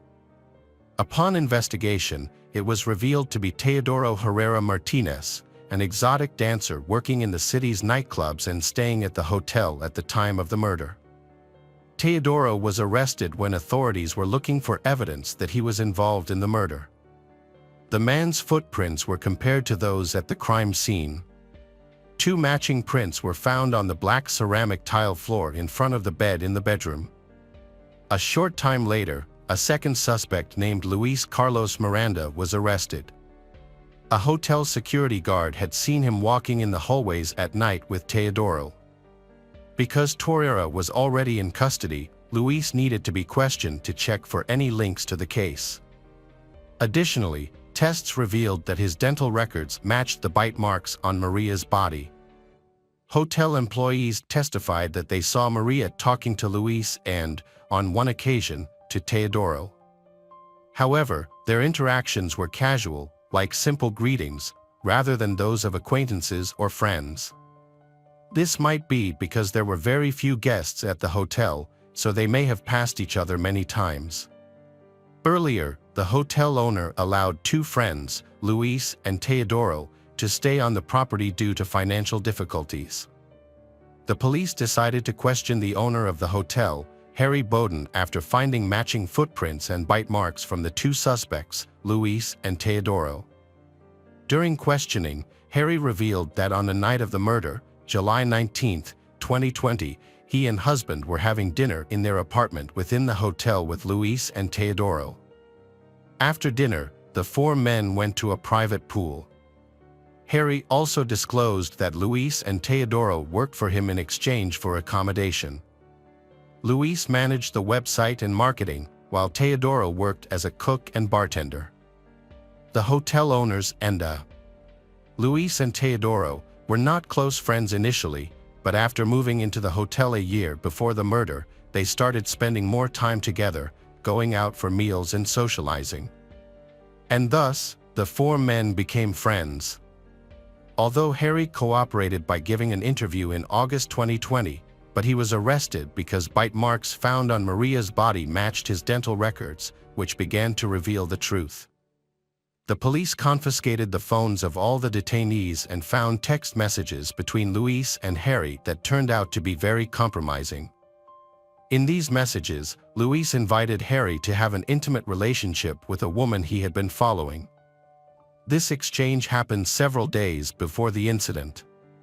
However, Luis and Harry claimed that the messages didn't mean anything and that they were just joking, but that, along with the physical evidence, was enough for the authorities to keep them in jail while the case was being put together. The only person not arrested was Harry's husband. Because there was no evidence against him, no text messages, no fingerprints, and the bite marks didn't match those on Maria's body.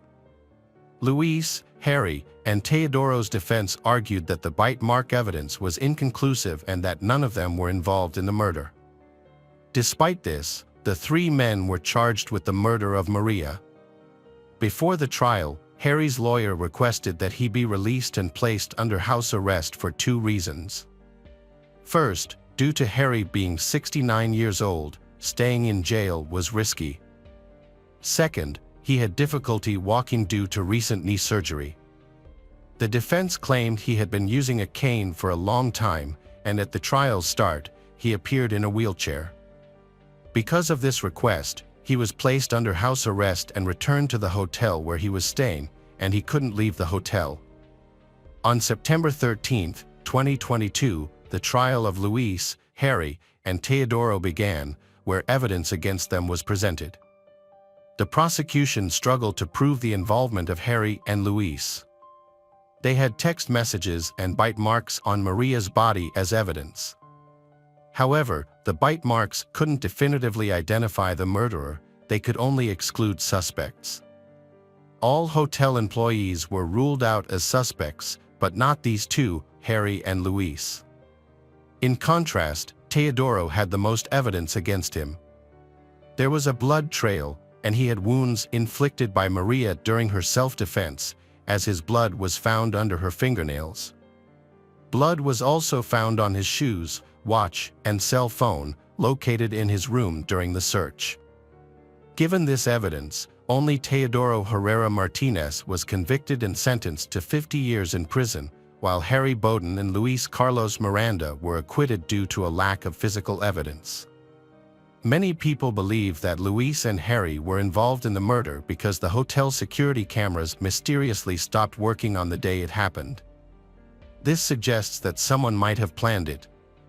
A hotel security guard was also suspected, but he and the other two individuals could not be arrested due to a lack of evidence. Strangely, the guard left for another country after the murder, even though the police asked him to attend the trial as a witness. There are several aspects of this case that suggest more people might be involved. For example, two guests told the police that the hotel experienced a power outage for many hours on the night of the murder, which may have been intentional. This could have been done to disable the security cameras and the magnetic keys. A peculiar detail is that 9 days after the murder, investigators searched Harry's private office, which may have given him enough time to destroy any evidence. They not only analyzed text messages but also looked at Luis and Harry's social media accounts, where they discovered discussions about an idea directly related to how to find Maria's body. Legally, Harry and Luis are presumed innocent. The only person in prison for this murder is Teodoro Herrera Martinez, who is awaiting a new trial to see if his sentence can be reduced. Although the case is solved, but the Maria family suspects something is being hidden. They suspect a defense or cover-up. The family reported that the authorities returned Maria's belongings soaked in blood, which they find puzzling because they wanted to preserve the evidence in case new information emerged. They are satisfied with Teodoro's conviction, but not with the acquittal of Harry and Luis. Welcome back, mystery lovers. Today's case is going to keep you on the edge of your seat. The case of Anna Walsh. Anna Walsh was born on April 18, 1983, in Belgrade, Serbia. She grew up in a cultured family alongside her younger sister. Anna attended the 5th Belgrade Gymnasium, where she distinguished herself as an outstanding student. She then pursued higher education at Belgrade Research University, the oldest and largest university in Serbia, focusing on foreign languages. She earned a master's degree in French language and literature. At 22, Anna graduated and decided to explore new opportunities in the United States, with her family's full support. In 2005, she began her American journey and settled in the U.S. with the goal of advancing her education in hospitality management. She took on administrative positions at renowned hotels, including the Inn at Little Washington in Virginia, which is part of the prestigious Relais and Chateaux collection. Anna's friendly nature, approachability, and strong sense of responsibility helped her quickly rise in her career, earning the respect of her colleagues and managers. Anna was multilingual and skilled at resolving conflicts, which helped her easily connect with others. She was well liked by her colleagues and had a group of friends. Anna took every opportunity to shine in her career. She became a U.S. citizen while keeping her Serbian nationality, earned a high income, and invested in her own home and car. Her travels expanded her perspective, and she was promoted to senior manager. Known for her intelligence, beauty, slender figure, and bright smile, Anna attracted many admirers during her time at the Wheatley Hotel in Lenox, Massachusetts. There, she fell in love with Marcus O'Neill, the hotel's head chef, and they got married in 2009, with Anna adopting his last name. After got married with Marcus, Anna's life takes a turn when she meets Brian Walsh.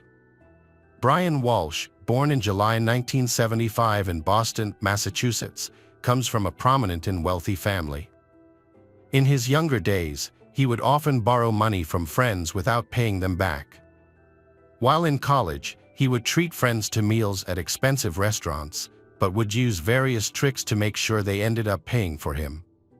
For years, Brian was estranged from his father, Dr. Thomas Walsh, and this distance continued until Thomas passed away in 2018.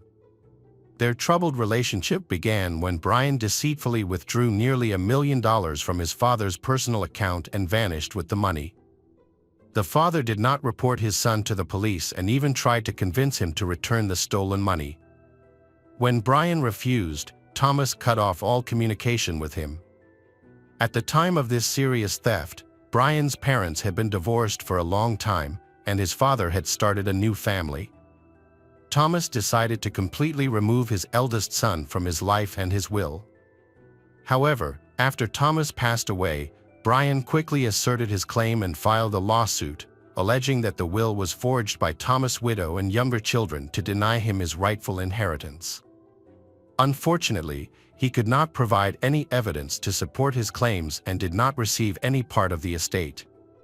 Many people who knew Brian described him as greedy, malicious, and very cruel. He often resorted to violence and struggled to control his emotions. He would get what he wanted using force, and when he was angry, he became a threat to others. Reports indicate that in the late 2000s, Brian received treatment at a psychiatric clinic to manage his anger, during which he was officially diagnosed with sociopathy.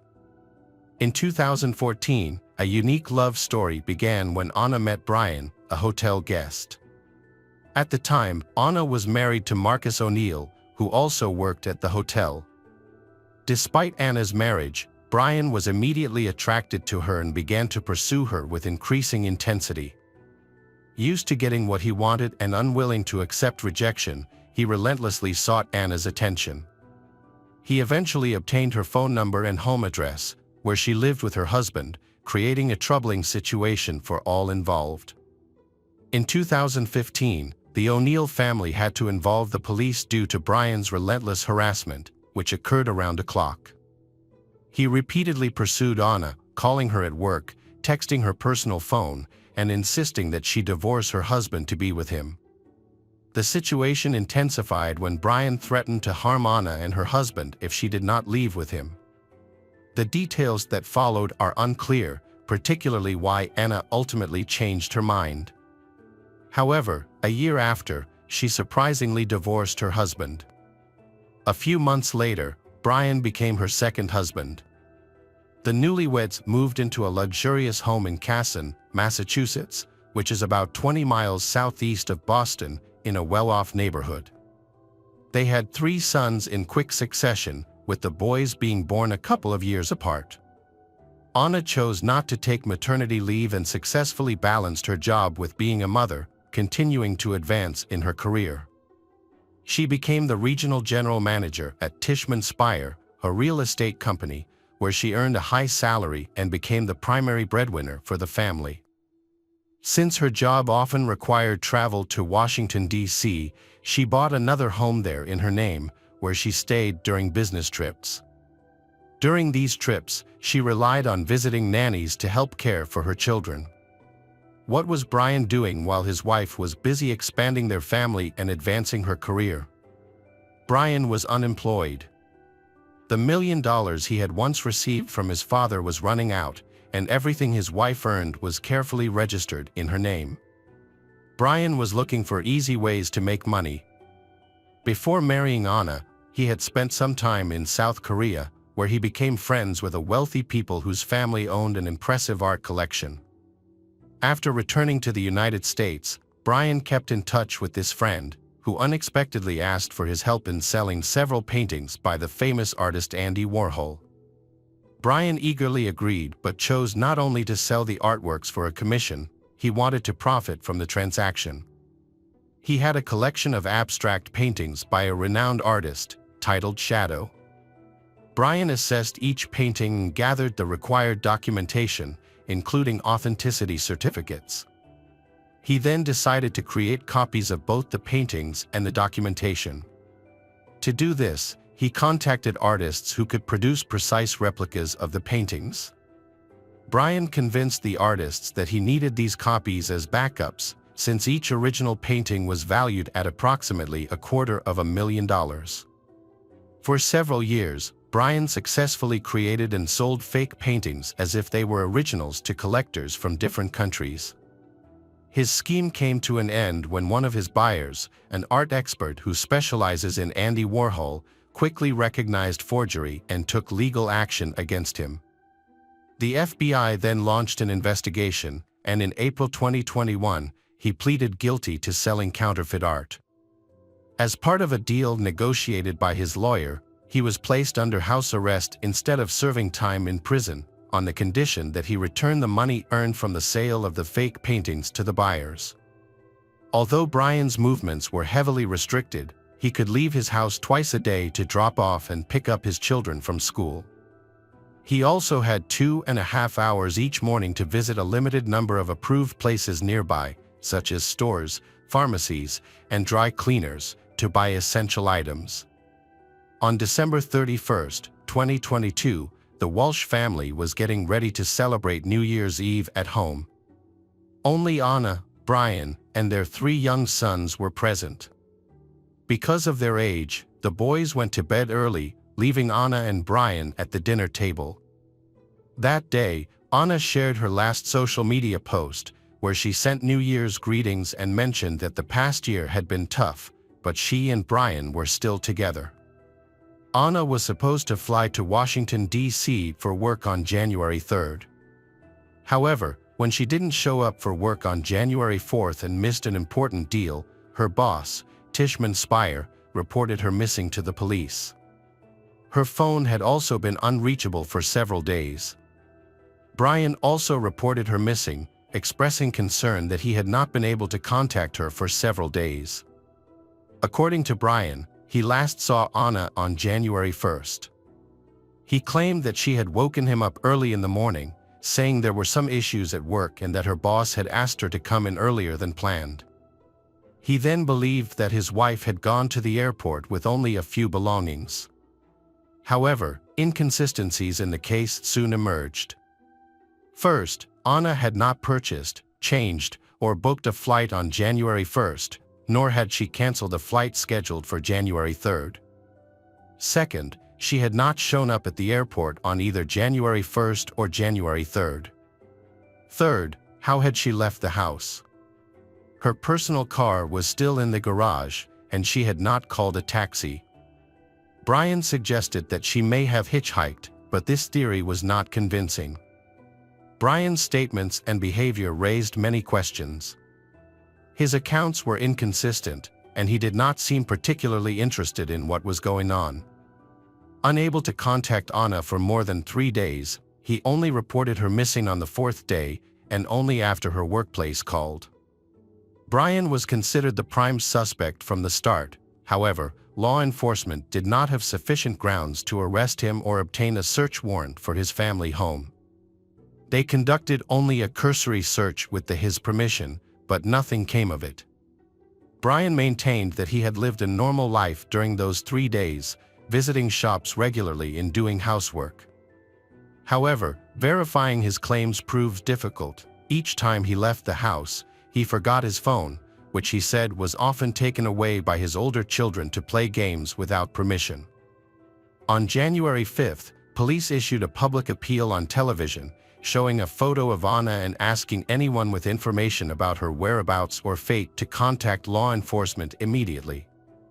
However, no witnesses came forward. Anna was known to have called her mother and sister one last time on December 31st, making her husband the last person known to have seen her. Surveillance footage from the neighborhood provided no clues. Anna was not captured on any cameras on the morning of January 1st, as if she had never left the house. Her husband, on the other hand, was recorded leaving and returning multiple times, but his destination could not be determined. His claims of a trip to the grocery store were dismissed. His car was not seen in any footage of the route, nor was it spotted in the store. It wasn't until January 8 that Brian was arrested for perjury and taken to the police station for questioning while his home was finally searched.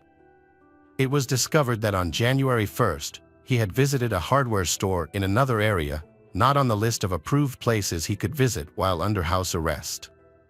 There, he spent nearly $500 on a large amount of cleaning supplies, plastic sheeting, duct tape, a mop with a bucket, and utility rags.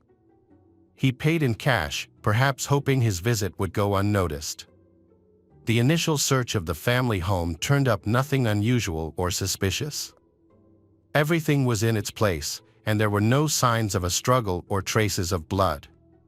However, when law enforcement descended into the basement, there was no doubt. It was the scene of a gruesome crime. Blood was everywhere, and hidden among the old furniture was a bloody knife and saw wrapped in towels. Brian had previously admitted that on January 3rd, he had visited his mother's house on the other side of town. He claimed that he had violated the terms of his house arrest because his mother needed help with housework due to her poor health. But after the grisly discoveries in the basement, police suspected that along the way, the man may have disposed of evidence or some of his deceased wife's body parts. All the trash cans in the area where he and his wife lived, as well as along the route to his mother's house, were checked. These searches were fruitful, and in one of them, a kitchen axe with traces of dried blood and several bloody towels similar to those found in basement were discovered.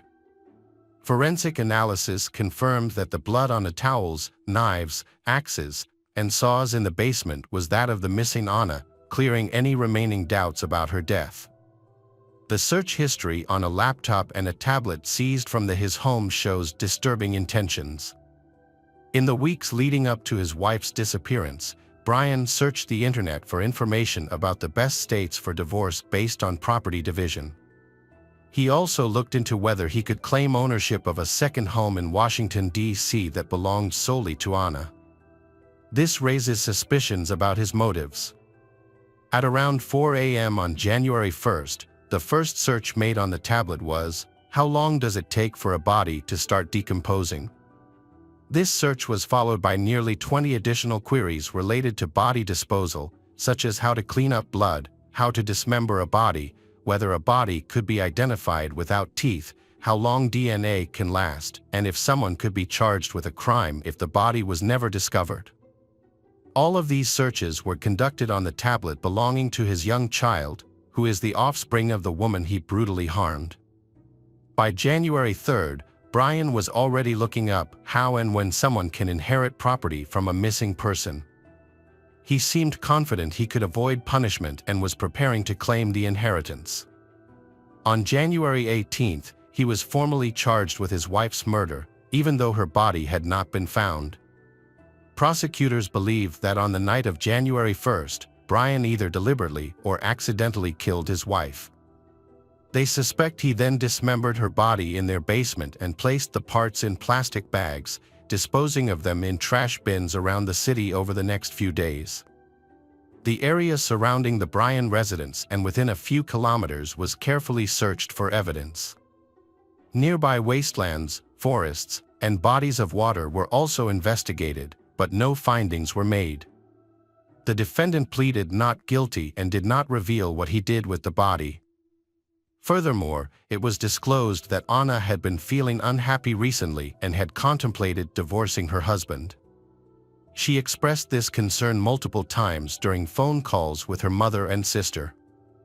The day before her disappearance, she called her mother, asking her to fly from Serbia for a few days. However, her mother did not take her daughter seriously and decided to postpone the visit. Brian Walsh's trial is currently ongoing, and he is being held at the Norfolk Correctional Facility, waiting for his next court date. Anna's mother has been monitoring the investigation from Serbia, as she has not traveled to the United States. The Serbian Ministry of Foreign Affairs has reached out to the consulate in New York, which is coordinating with the Norfolk District Attorney's Office to ensure that Anna's mother receives timely updates about the investigation in court hearings. The 3 sons of the Walsh family are currently in state custody. Brian's family members do not want to care for them, mainly due to Anna's mother's age and health issues. Additionally, Anna's sister, who lives in Canada, has also refused to take in her nephews. The only person willing to take the boys is Anna's close friend, Pamela Bond, who prefers to care for them herself rather than see them separated and placed in different foster homes. As the investigation progresses and Brian Walsh's trial continues, it highlights the need to be aware of our relationships and the serious harm that can result from betrayal and deceit. While we do not yet know the final outcome for Brian Walsh, including whether he will face punishment or if Anna's body will ever be discovered, we will always remember Anna as a kind and loving person. Hello again, true crime fans. We've got another mysterious case to explore. The case of Lucy Landry. Lucy Landry was born in 1971 in Ronda, England, to Roger and Andrea Landry. She has a younger sister named Anna. Lucy had a happy childhood. Because she and her sister had similar interests, they were always very close. During primary school, Lucy's outgoing and friendly personality made her a favorite of her teachers and classmates. She was a beautiful girl, and at school she became one of the most popular girls. Lucy and Anna shared a love of ponies, and their father surprised them by enrolling them in the local equestrian club. This taught them discipline and showed off their talents. They later represented the club in many events and competitions.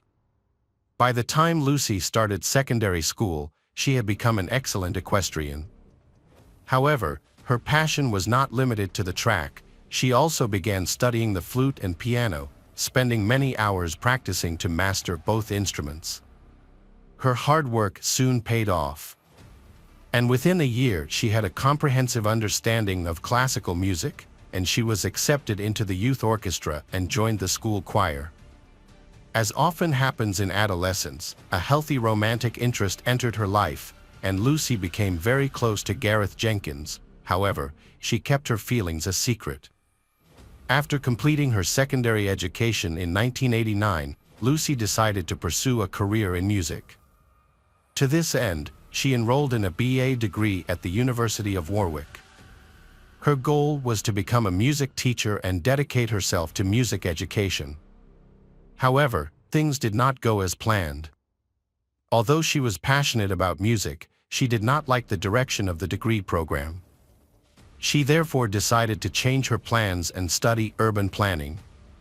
During this time, Lucy met Gra McAllister, and they soon discovered that their outlook on life was very similar. They shared a love for art and common interests. Their relationship progressed and they began to plan for the future.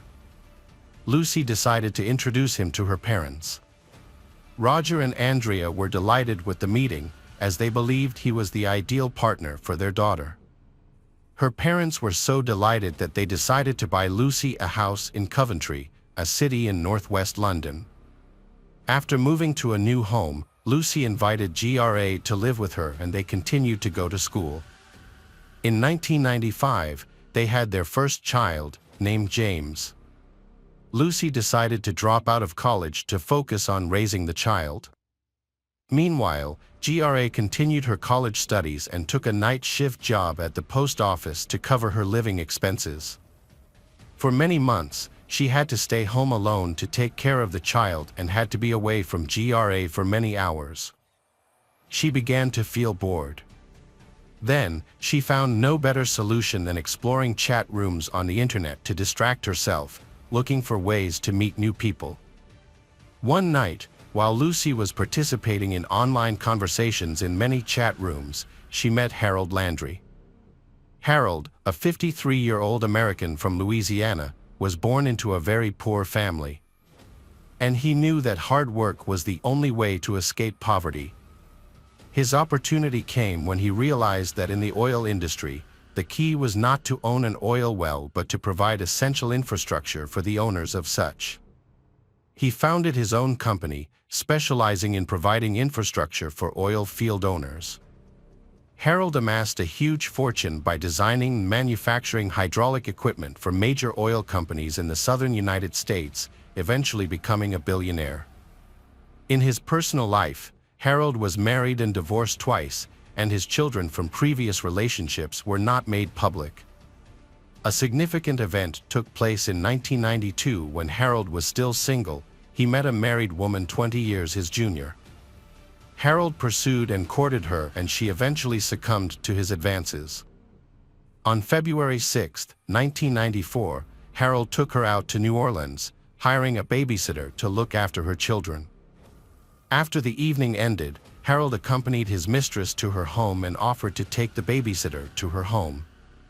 Outside the residence, Chris, the betrayed husband, secretly watched his wife's actions. After dropping his mistress off at home, Harold, saying goodbye, left. The girl's husband Chris followed Harold's car, which Harold noticed was tailing him. Acting on instinct, Harold opened the glove compartment and pulled out a gun that he had kept inside. When both cars stopped at a red light, the situation became tense. According to the babysitter, Harold pointed the pistol at Chris and fired. The bullet severed an artery in Chris's neck and damaged a nerve that connected to his vocal cords. Chris collapsed on the sidewalk with a wound to his neck. Fortunately, there was a hospital right in front of them, allowing him to receive immediate first aid, and doctors saved his life. Harold was arrested and charged with attempted murder. His trial took place in 1997. In his opening statement, the defense attorney told the jury that Chris was the victim of a tragic and terrible incident. As for his client, he said he had acted out of fear and self-defense.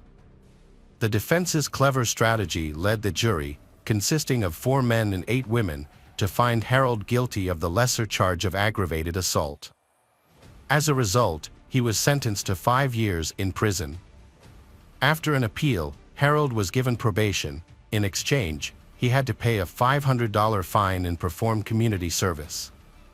Although he wanted to be completely exonerated, he thanked his attorney, Pat, for her hard work. They have since become good friends. Soon after, Harold and Chris agreed to an undisclosed settlement amount. By the time Harold began chatting with Lucy, he was already living in Covington and still wealthy enough to not have to work. He was also honest about his profession and everything about his past life, including his love life and run-ins with the law. Surprisingly, these revelations only made Lucy more attracted to him. As they continued to chat online, Harold painted a picture of a lavish lifestyle that Lucy found hard to resist.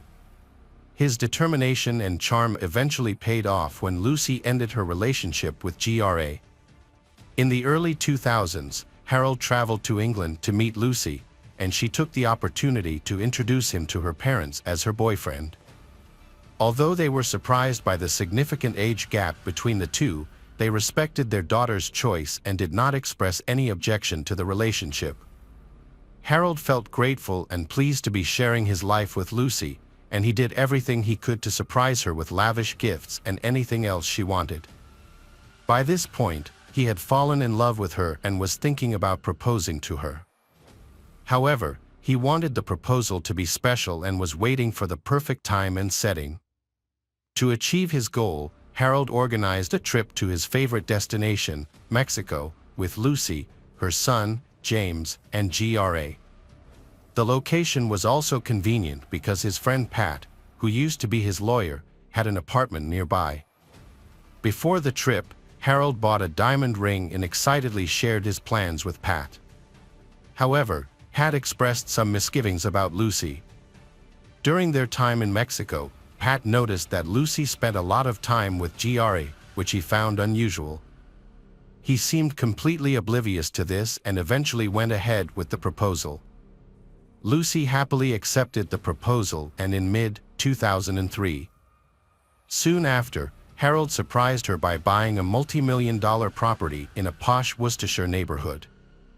Their marriage was peaceful.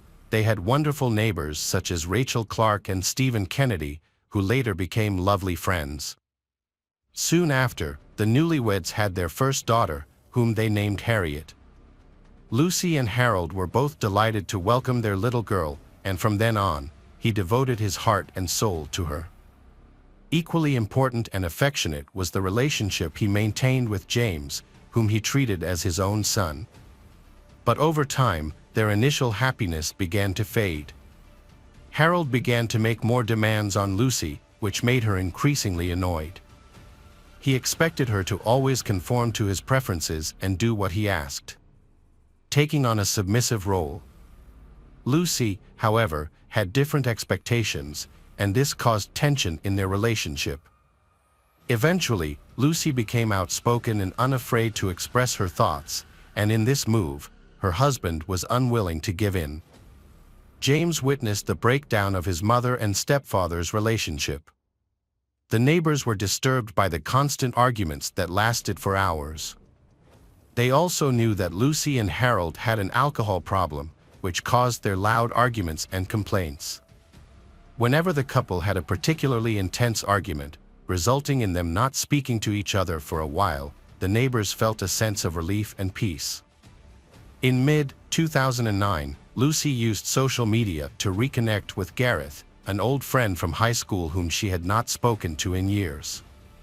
Lucy's husband, Harold, would often go to bed while Lucy stayed up to chat online. Harold began to realize that Lucy was using social media to find someone new, just as she had found him before. But instead of confronting her, he decided to give her some space, and he traveled to Mexico and stayed there for a while. Meanwhile, Lucy invites Gareth to live with her. In the fall of 2009, her husband Harold returns to England in the hope of mending their marriage. However, as soon as he moves in, Lucy asks for a divorce. Initially, he is devastated. Then, after a few weeks, Harold begins a relationship. He meets this new woman online. She lives nearby and goes by the name Rachel. As Lucy and Harold pursue their new relationship, their divorce negotiations begin, but new conflicts arise. One major point of disagreement is the house. Lucy wants to keep it to ensure stability for their children, while Harold is determined to sell it. He gives Lucy money to buy a smaller apartment and removes her from his will. When Lucy discovers this, her hatred for him drives her to share everything about Harold's past with their son James, leaving nothing out. Amid the tension, Gareth invited Lucy to come to Wales with him for a few days. After returning home, Lucy no longer tried to hide her phone conversations from her new love. Meanwhile, Lucy and Harold were both drinking heavily, and the arguments escalated, leaving the children exposed to a violent and unbearable atmosphere. On Monday, February 1, 2010, Harold had been drinking all day. When a package arrived for Stephen, Harold mistakenly received it. That evening, around 9 p.m., Stephen returned home from work to find a notification that his package had been delivered to the Landry's home. Seeing the lights on, Stephen went to their house to collect the package. Harold invited him in and offered him a drink. After a brief conversation with Lucy, Stephen realized that Harold was drunk. He took his package, apologized, and left. The couple then argued about buying furniture for their upcoming move.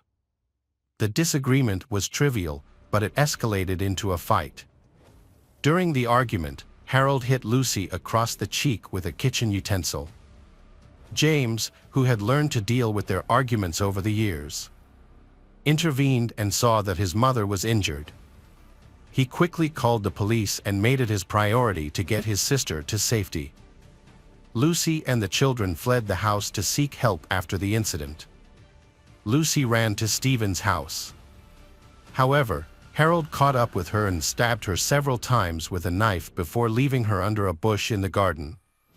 Alerted by Lucy's screams, Stephen ran outside and found her after only a few steps.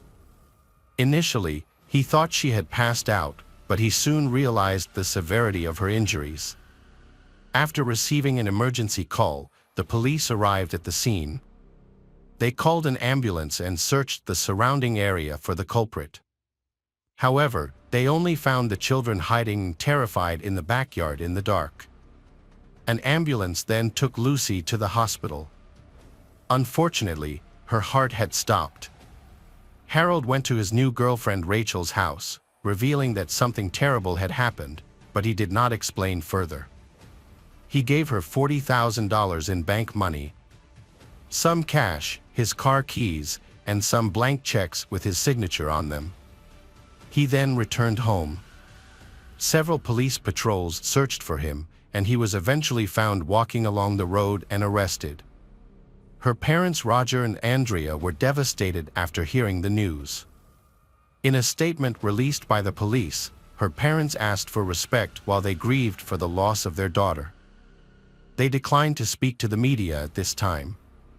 Instead, they focused on caring for their grandchildren. A post-mortem examination later confirmed that Lucy died from multiple stab wounds to the chest. On February 5, 2010, Harold was brought to trial and charged with murder, based on evidence and witness testimony from James.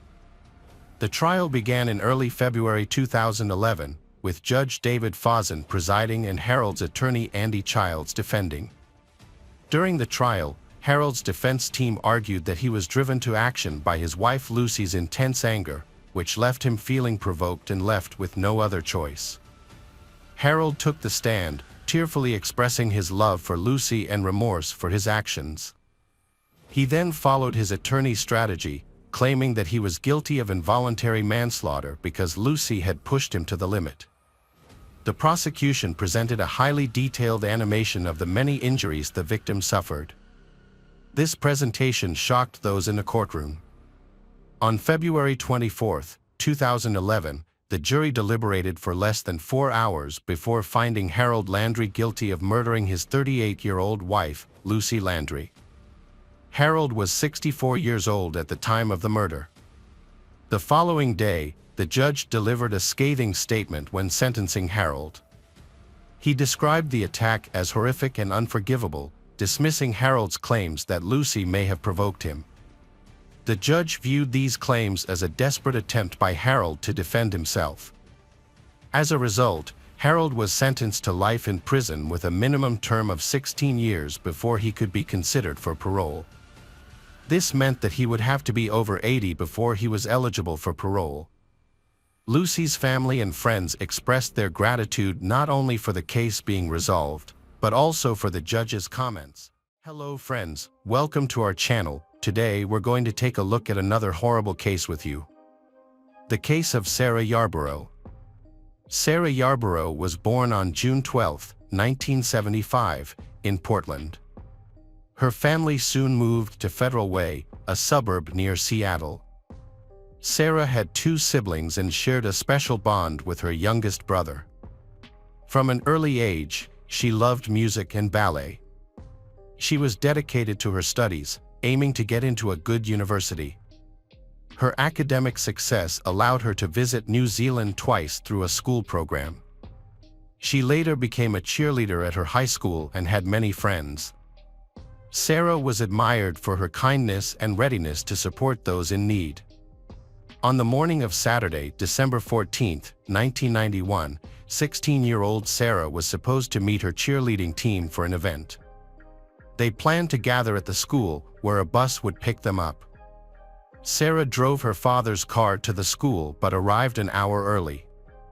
She mistakenly thought the bus would arrive at 8 a.m., but it was actually scheduled for 9 a.m. As her friends arrived, Sarah was nowhere to be found. Some students noticed her car in the parking lot, but she wasn't inside. When the bus arrived, Sarah still hadn't appeared. Her friends found this puzzling, but since they didn't have mobile phones back then, they couldn't contact her. At the same time, 2 12-year-old children were exploring the wooded area behind the tennis courts on the school grounds. They noticed something unusual. A man emerged from behind the bushes and walked away in the opposite direction. Although the children found this odd, they didn't think much of it and continued walking. A few meters ahead, they came across a horrifying sight, a young woman lying unresponsive on the ground. They feared she might be dead. The children ran home to inform their parents. One of the parents returned to the scene with them, while the other child's father decided to follow the suspicious man they had seen earlier. The child reported seeing a car similar to a Chevrolet Nova leaving the area. Since he lived close to the school, his father decided to look for that car. He briefly spotted a similar car but quickly lost it and couldn't find it again. Meanwhile, the other child's parents went to the school and saw that the young woman on the ground was likely dead. They immediately rushed into the school to call the police. When the officers arrived, they confirmed that the young woman had indeed passed away and identified her as Sarah. Based on the marks on her neck, they concluded she had been strangled. Some of her belongings, such as her jacket, underwear, and socks, were found near her body.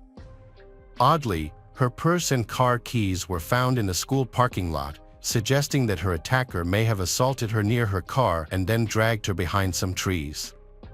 The body was handed over to forensic experts, and the police started their search for clues. Their first step was to interview everyone who was on the school premises and nearby. 2 kids who found Sarah gave a description of the man who came out from behind the bushes near her body. They described him as a tall guy, around his 20s, with shoulder-length reddish hair, wearing a dark coat and black pants. Soon, the police managed to find another witness, and this is where a surprising twist in the story unfolds. According to the man, he went for a run and noticed something unusual in the woods. He saw a girl lying near the bushes with a man standing over her. At first, the girl didn't move, and the man thought they were a couple being intimate. A few minutes later, running back the same way, he saw both of them still there. He didn't think a serious crime was happening. The man later told the police he had recently moved to the United States and wasn't familiar with typical behavior in the country. However, he was able to give a rough description of the man, which matched what the children who found the body described. Investigators spoke with many people who had been near the school but did not uncover any new leads. Meanwhile, medical experts examined Sarah's body and determined that she died from strangulation. It seems the attacker used his own socks, and they also found a severe wound on her. Experts believe the blow made her lose consciousness, matching the runner's report of seeing her lying still on the ground. In 1991, forensic experts examined Sarah's clothing and found traces of male hair on most of her clothing. However, there wasn't a DNA database available to compare these samples, so investigators could only make direct DNA comparisons with specific suspects. Detectives identified another lead in the case. Although forensic experts found male DNA on Sarah's clothing, the forensic doctor confirmed there were no signs of sexual assault on her body. With this information, investigators developed a theory about what happened. Sarah arrived at the school nearly an hour early and was alone in a parking lot. It is believed her attacker saw her, waited for her to get out of her car, then hit her on the head with an object, knocking her unconscious. He then dragged her behind some trees, where her body was later found. The attacker removed some of her clothing, committed indecent acts, and then strangled her with her own socks. When one of the children who found Sarah's body mentioned a car in which the attacker supposedly escaped, detectives started looking for a Chevrolet Nova. They found such a car quickly, but the driver was just delivering donuts that morning. He gave a DNA sample, which did not match the DNA on Sarah's clothing. It seems the children just noticed the vehicle driving nearby and mistakenly believed the perpetrator was inside. None of the children could definitely recall seeing a man coming from the bushes to a car. In the following days, police officers continued to search for witnesses and new leads, but no significant progress was made. Classes resumed on Monday despite the recent tragedy. The murder had occurred just a few meters from the school, and the perpetrator was still at large with an unknown identity. The girls were scared to walk alone near the school, so boys from the sports teams decided to escort each female student to their car or bus to ensure they weren't left alone on the street. Investigators discovered there were about 70 potential witnesses at the school and nearby that morning. They interviewed each one, but no new information came to light. Using statements from the 2 children in the runner, a sketch of the attacker was made and shared with all local newspapers and TV stations. The story gained significant media attention, resulting in the police receiving hundreds of tips in the following weeks. Investigators thoroughly followed up on each tip, but none led to any breakthroughs. At one moment, they found a potential suspect who resembled the attacker's description and had a criminal history.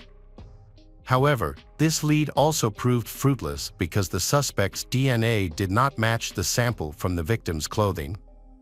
The case remained inactive for months. The police received 4,000 tips and tried to follow up on each one, but the local police department didn't have enough resources to manage all the information. Additionally, time was against them because new cases demanded the investigators' attention every month. When Sarah's family found out that the police didn't have enough resources to handle all the tips, they decided to help in any way they could. One family member worked for a technology company and persuaded the company to lend the police department a powerful computer worth $150,000, which was a lot of money in the 1990s. The company agreed, and the police used this computer to store all the tips in one place, process them quickly, and organize them for easy access. Unfortunately, despite their efforts, each tip went nowhere, and there was no progress in the following years. 2 years later, Sarah's classmates graduated. Before their graduation, they decided to honor her by raising a substantial amount of money to build a memorial. This memorial was a bench with Sarah's belongings cast in metal. Next to these items, there was a photo of her dog reaching for her purse. Over the years, the case was occasionally reopened, and all available evidence was re-examined, but the outcome remained unchanged. The perpetrator was still not found. During this time, the police interviewed several thousand people and collected DNA samples from nearly 300 potential suspects, but all efforts were unsuccessful. In 2011, 2 decades after the murder, a detective decided to use modern technology. He learned about a company specializing in genetic genealogy. The detective reached out and asked if they could find relatives of the person whose DNA was found on the victim. The experts accepted the challenge, but they were unsuccessful. At that time, genetic genealogy was in its early stages, and the experts faced limitations in what they could do. For example, they were unable to search for both male and female relatives within the same sample. If they had a man's DNA, they could only look for connections with other men, and the same applied to women. Additionally, they encountered legal challenges due to laws that restricted using genetic data samples to identify relatives of suspects. Nonetheless, their efforts produced some interesting outcomes. The detectives contacted a research team that had been working for years on mapping the genetic lineage of the first people who arrived in the United States from Britain on the Mayflower in 1620. After analyzing the DNA of Sarah's attacker, they found he was related to one of the ship's passengers, Robert Fuller. However, tracing him through this lineage was almost impossible, particularly given the challenges of those times. While the Mayflower carried just over 100 passengers, their descendants now number more than 25 million. Secondly, the detective didn't realize that he had turned Sarah's case into the first of its kind. Although his initial attempt was unsuccessful, it was the first crime to be attempted to solve with the help of genetic genealogy. The detective tried to use the available information and track down several men with the last name Fuller who lived in the area of the city at the time of Sarah's murder. He found photos of them and met with the only witnesses, a jogger and 2 men who had found the body when they were kids. Unfortunately, none of them recognized the killer in the photos. The detective retired in 2017, and a new team of investigators took over the case. They contacted the company that had been analyzing the DNA sample from the assailant since 2011. By that time, DNA analysis technology had improved significantly, and the experts agreed to attempt to trace the assailant's ancestry. It took them 2 years of meticulous work using public databases to identify even distant relatives of the assailant. They then manually traced these relatives' family connections to people who lived around the time of Sarah's death. In total, they had to rule out several thousand people before finally making a breakthrough. In September 2019, investigators identified 2 new potential suspects, brothers Edward and Patrick Nicholas, who were found to be descendants of Robert Fuller through DNA evidence. Experts concluded that a DNA sample from Sarah's clothing likely belonged to one of these brothers. At the time of the murder, Edward was 33 and Patrick was 27. The older brother, Edward, had a long history of violent crimes and had served time in prison. His DNA was already in the FBI database, so he could not have been involved in Sarah's murder. If he were the perpetrator, his DNA would have matched back in the 1990s. The younger brother, named Patrick Nicholas, had also been arrested several times by the police for violent crimes, including those against minors. However, this happened before DNA samples from those criminals were added to the database. The detectives put the man under surveillance immediately. Patrick lived in a neighboring city called Wellington. The police had been following him for 2 days, and soon an opportunity arose. One day, Patrick went to the laundromat, and while waiting for his clothes to wash, he stepped outside to smoke and threw a cigarette butt on the ground. An officer quickly collected it in an evidence bag and returned to his car. When Patrick stepped out to smoke again, a cloth handkerchief fell from his pocket. The officers picked it up, deciding to keep the handkerchief as a backup in case experts couldn't extract a DNA sample from the cigarette butt. The forensic experts successfully collected samples from all the items. The next day, they informed the detective that Patrick's DNA perfectly matched the traces found on Sarah's clothing from 1991. The judge quickly issued an arrest warrant for the man, and the police detained him. It took investigators 5 days to confirm his identity before they formally charged him with murder. When his background was leaked to the media, many questioned why someone with such a criminal history had not been considered a suspect for the past 28 years. At 19, Patrick Nicholas approached a young woman, got into her car, and attempted to assault her. The victim managed to escape by jumping into a river and swimming a long distance to reach safety. He has a criminal record. Patrick served a 4-year prison sentence before being released. In 1994, he was arrested again for attempting to assault a minor. Although he was detained, his DNA was not entered into any database. This was because the charge at the time was not considered serious enough to warrant DNA collection, and the police did not encounter his name for 30 years. Additionally, he was not mentioned in any of the 4,000 leads generated over the years. Genetic genealogy experts couldn't link him to Robert Fuller because Patrick's biological lineage had been adopted, and he grew up with a different surname. One of the men who found Sarah's body as a child in 1991 immediately recognized Patrick as the killer. He confessed that the event had profoundly impacted him, especially since he was only 12 years old when they found the body and the killer had seen him. For years, he lived in fear that the murderer might come after him. It wasn't until Patrick was arrested that he finally felt safe. Patrick's trial started in 2023. He claimed he was innocent, and his lawyer tried to dispute the main evidence, which was DNA. The lawyer argued that finding Patrick's DNA on the victim's clothing didn't prove his guilt, but this argument was dismissed. The lawyer also questioned the accuracy of the DNA analysis, but experts deemed this challenge baseless. In the end, Patrick was convicted of first-degree murder without premeditation. On May 25, he received a sentence of 45 years and 8 months in prison, making it almost impossible for him to be released. During the sentencing, Patrick showed no emotion, unlike Sarah's family. Her family spoke before the judge, expressing gratitude to everyone involved in the trial and the investigators for bringing the killer to justice after 28 years of evasion.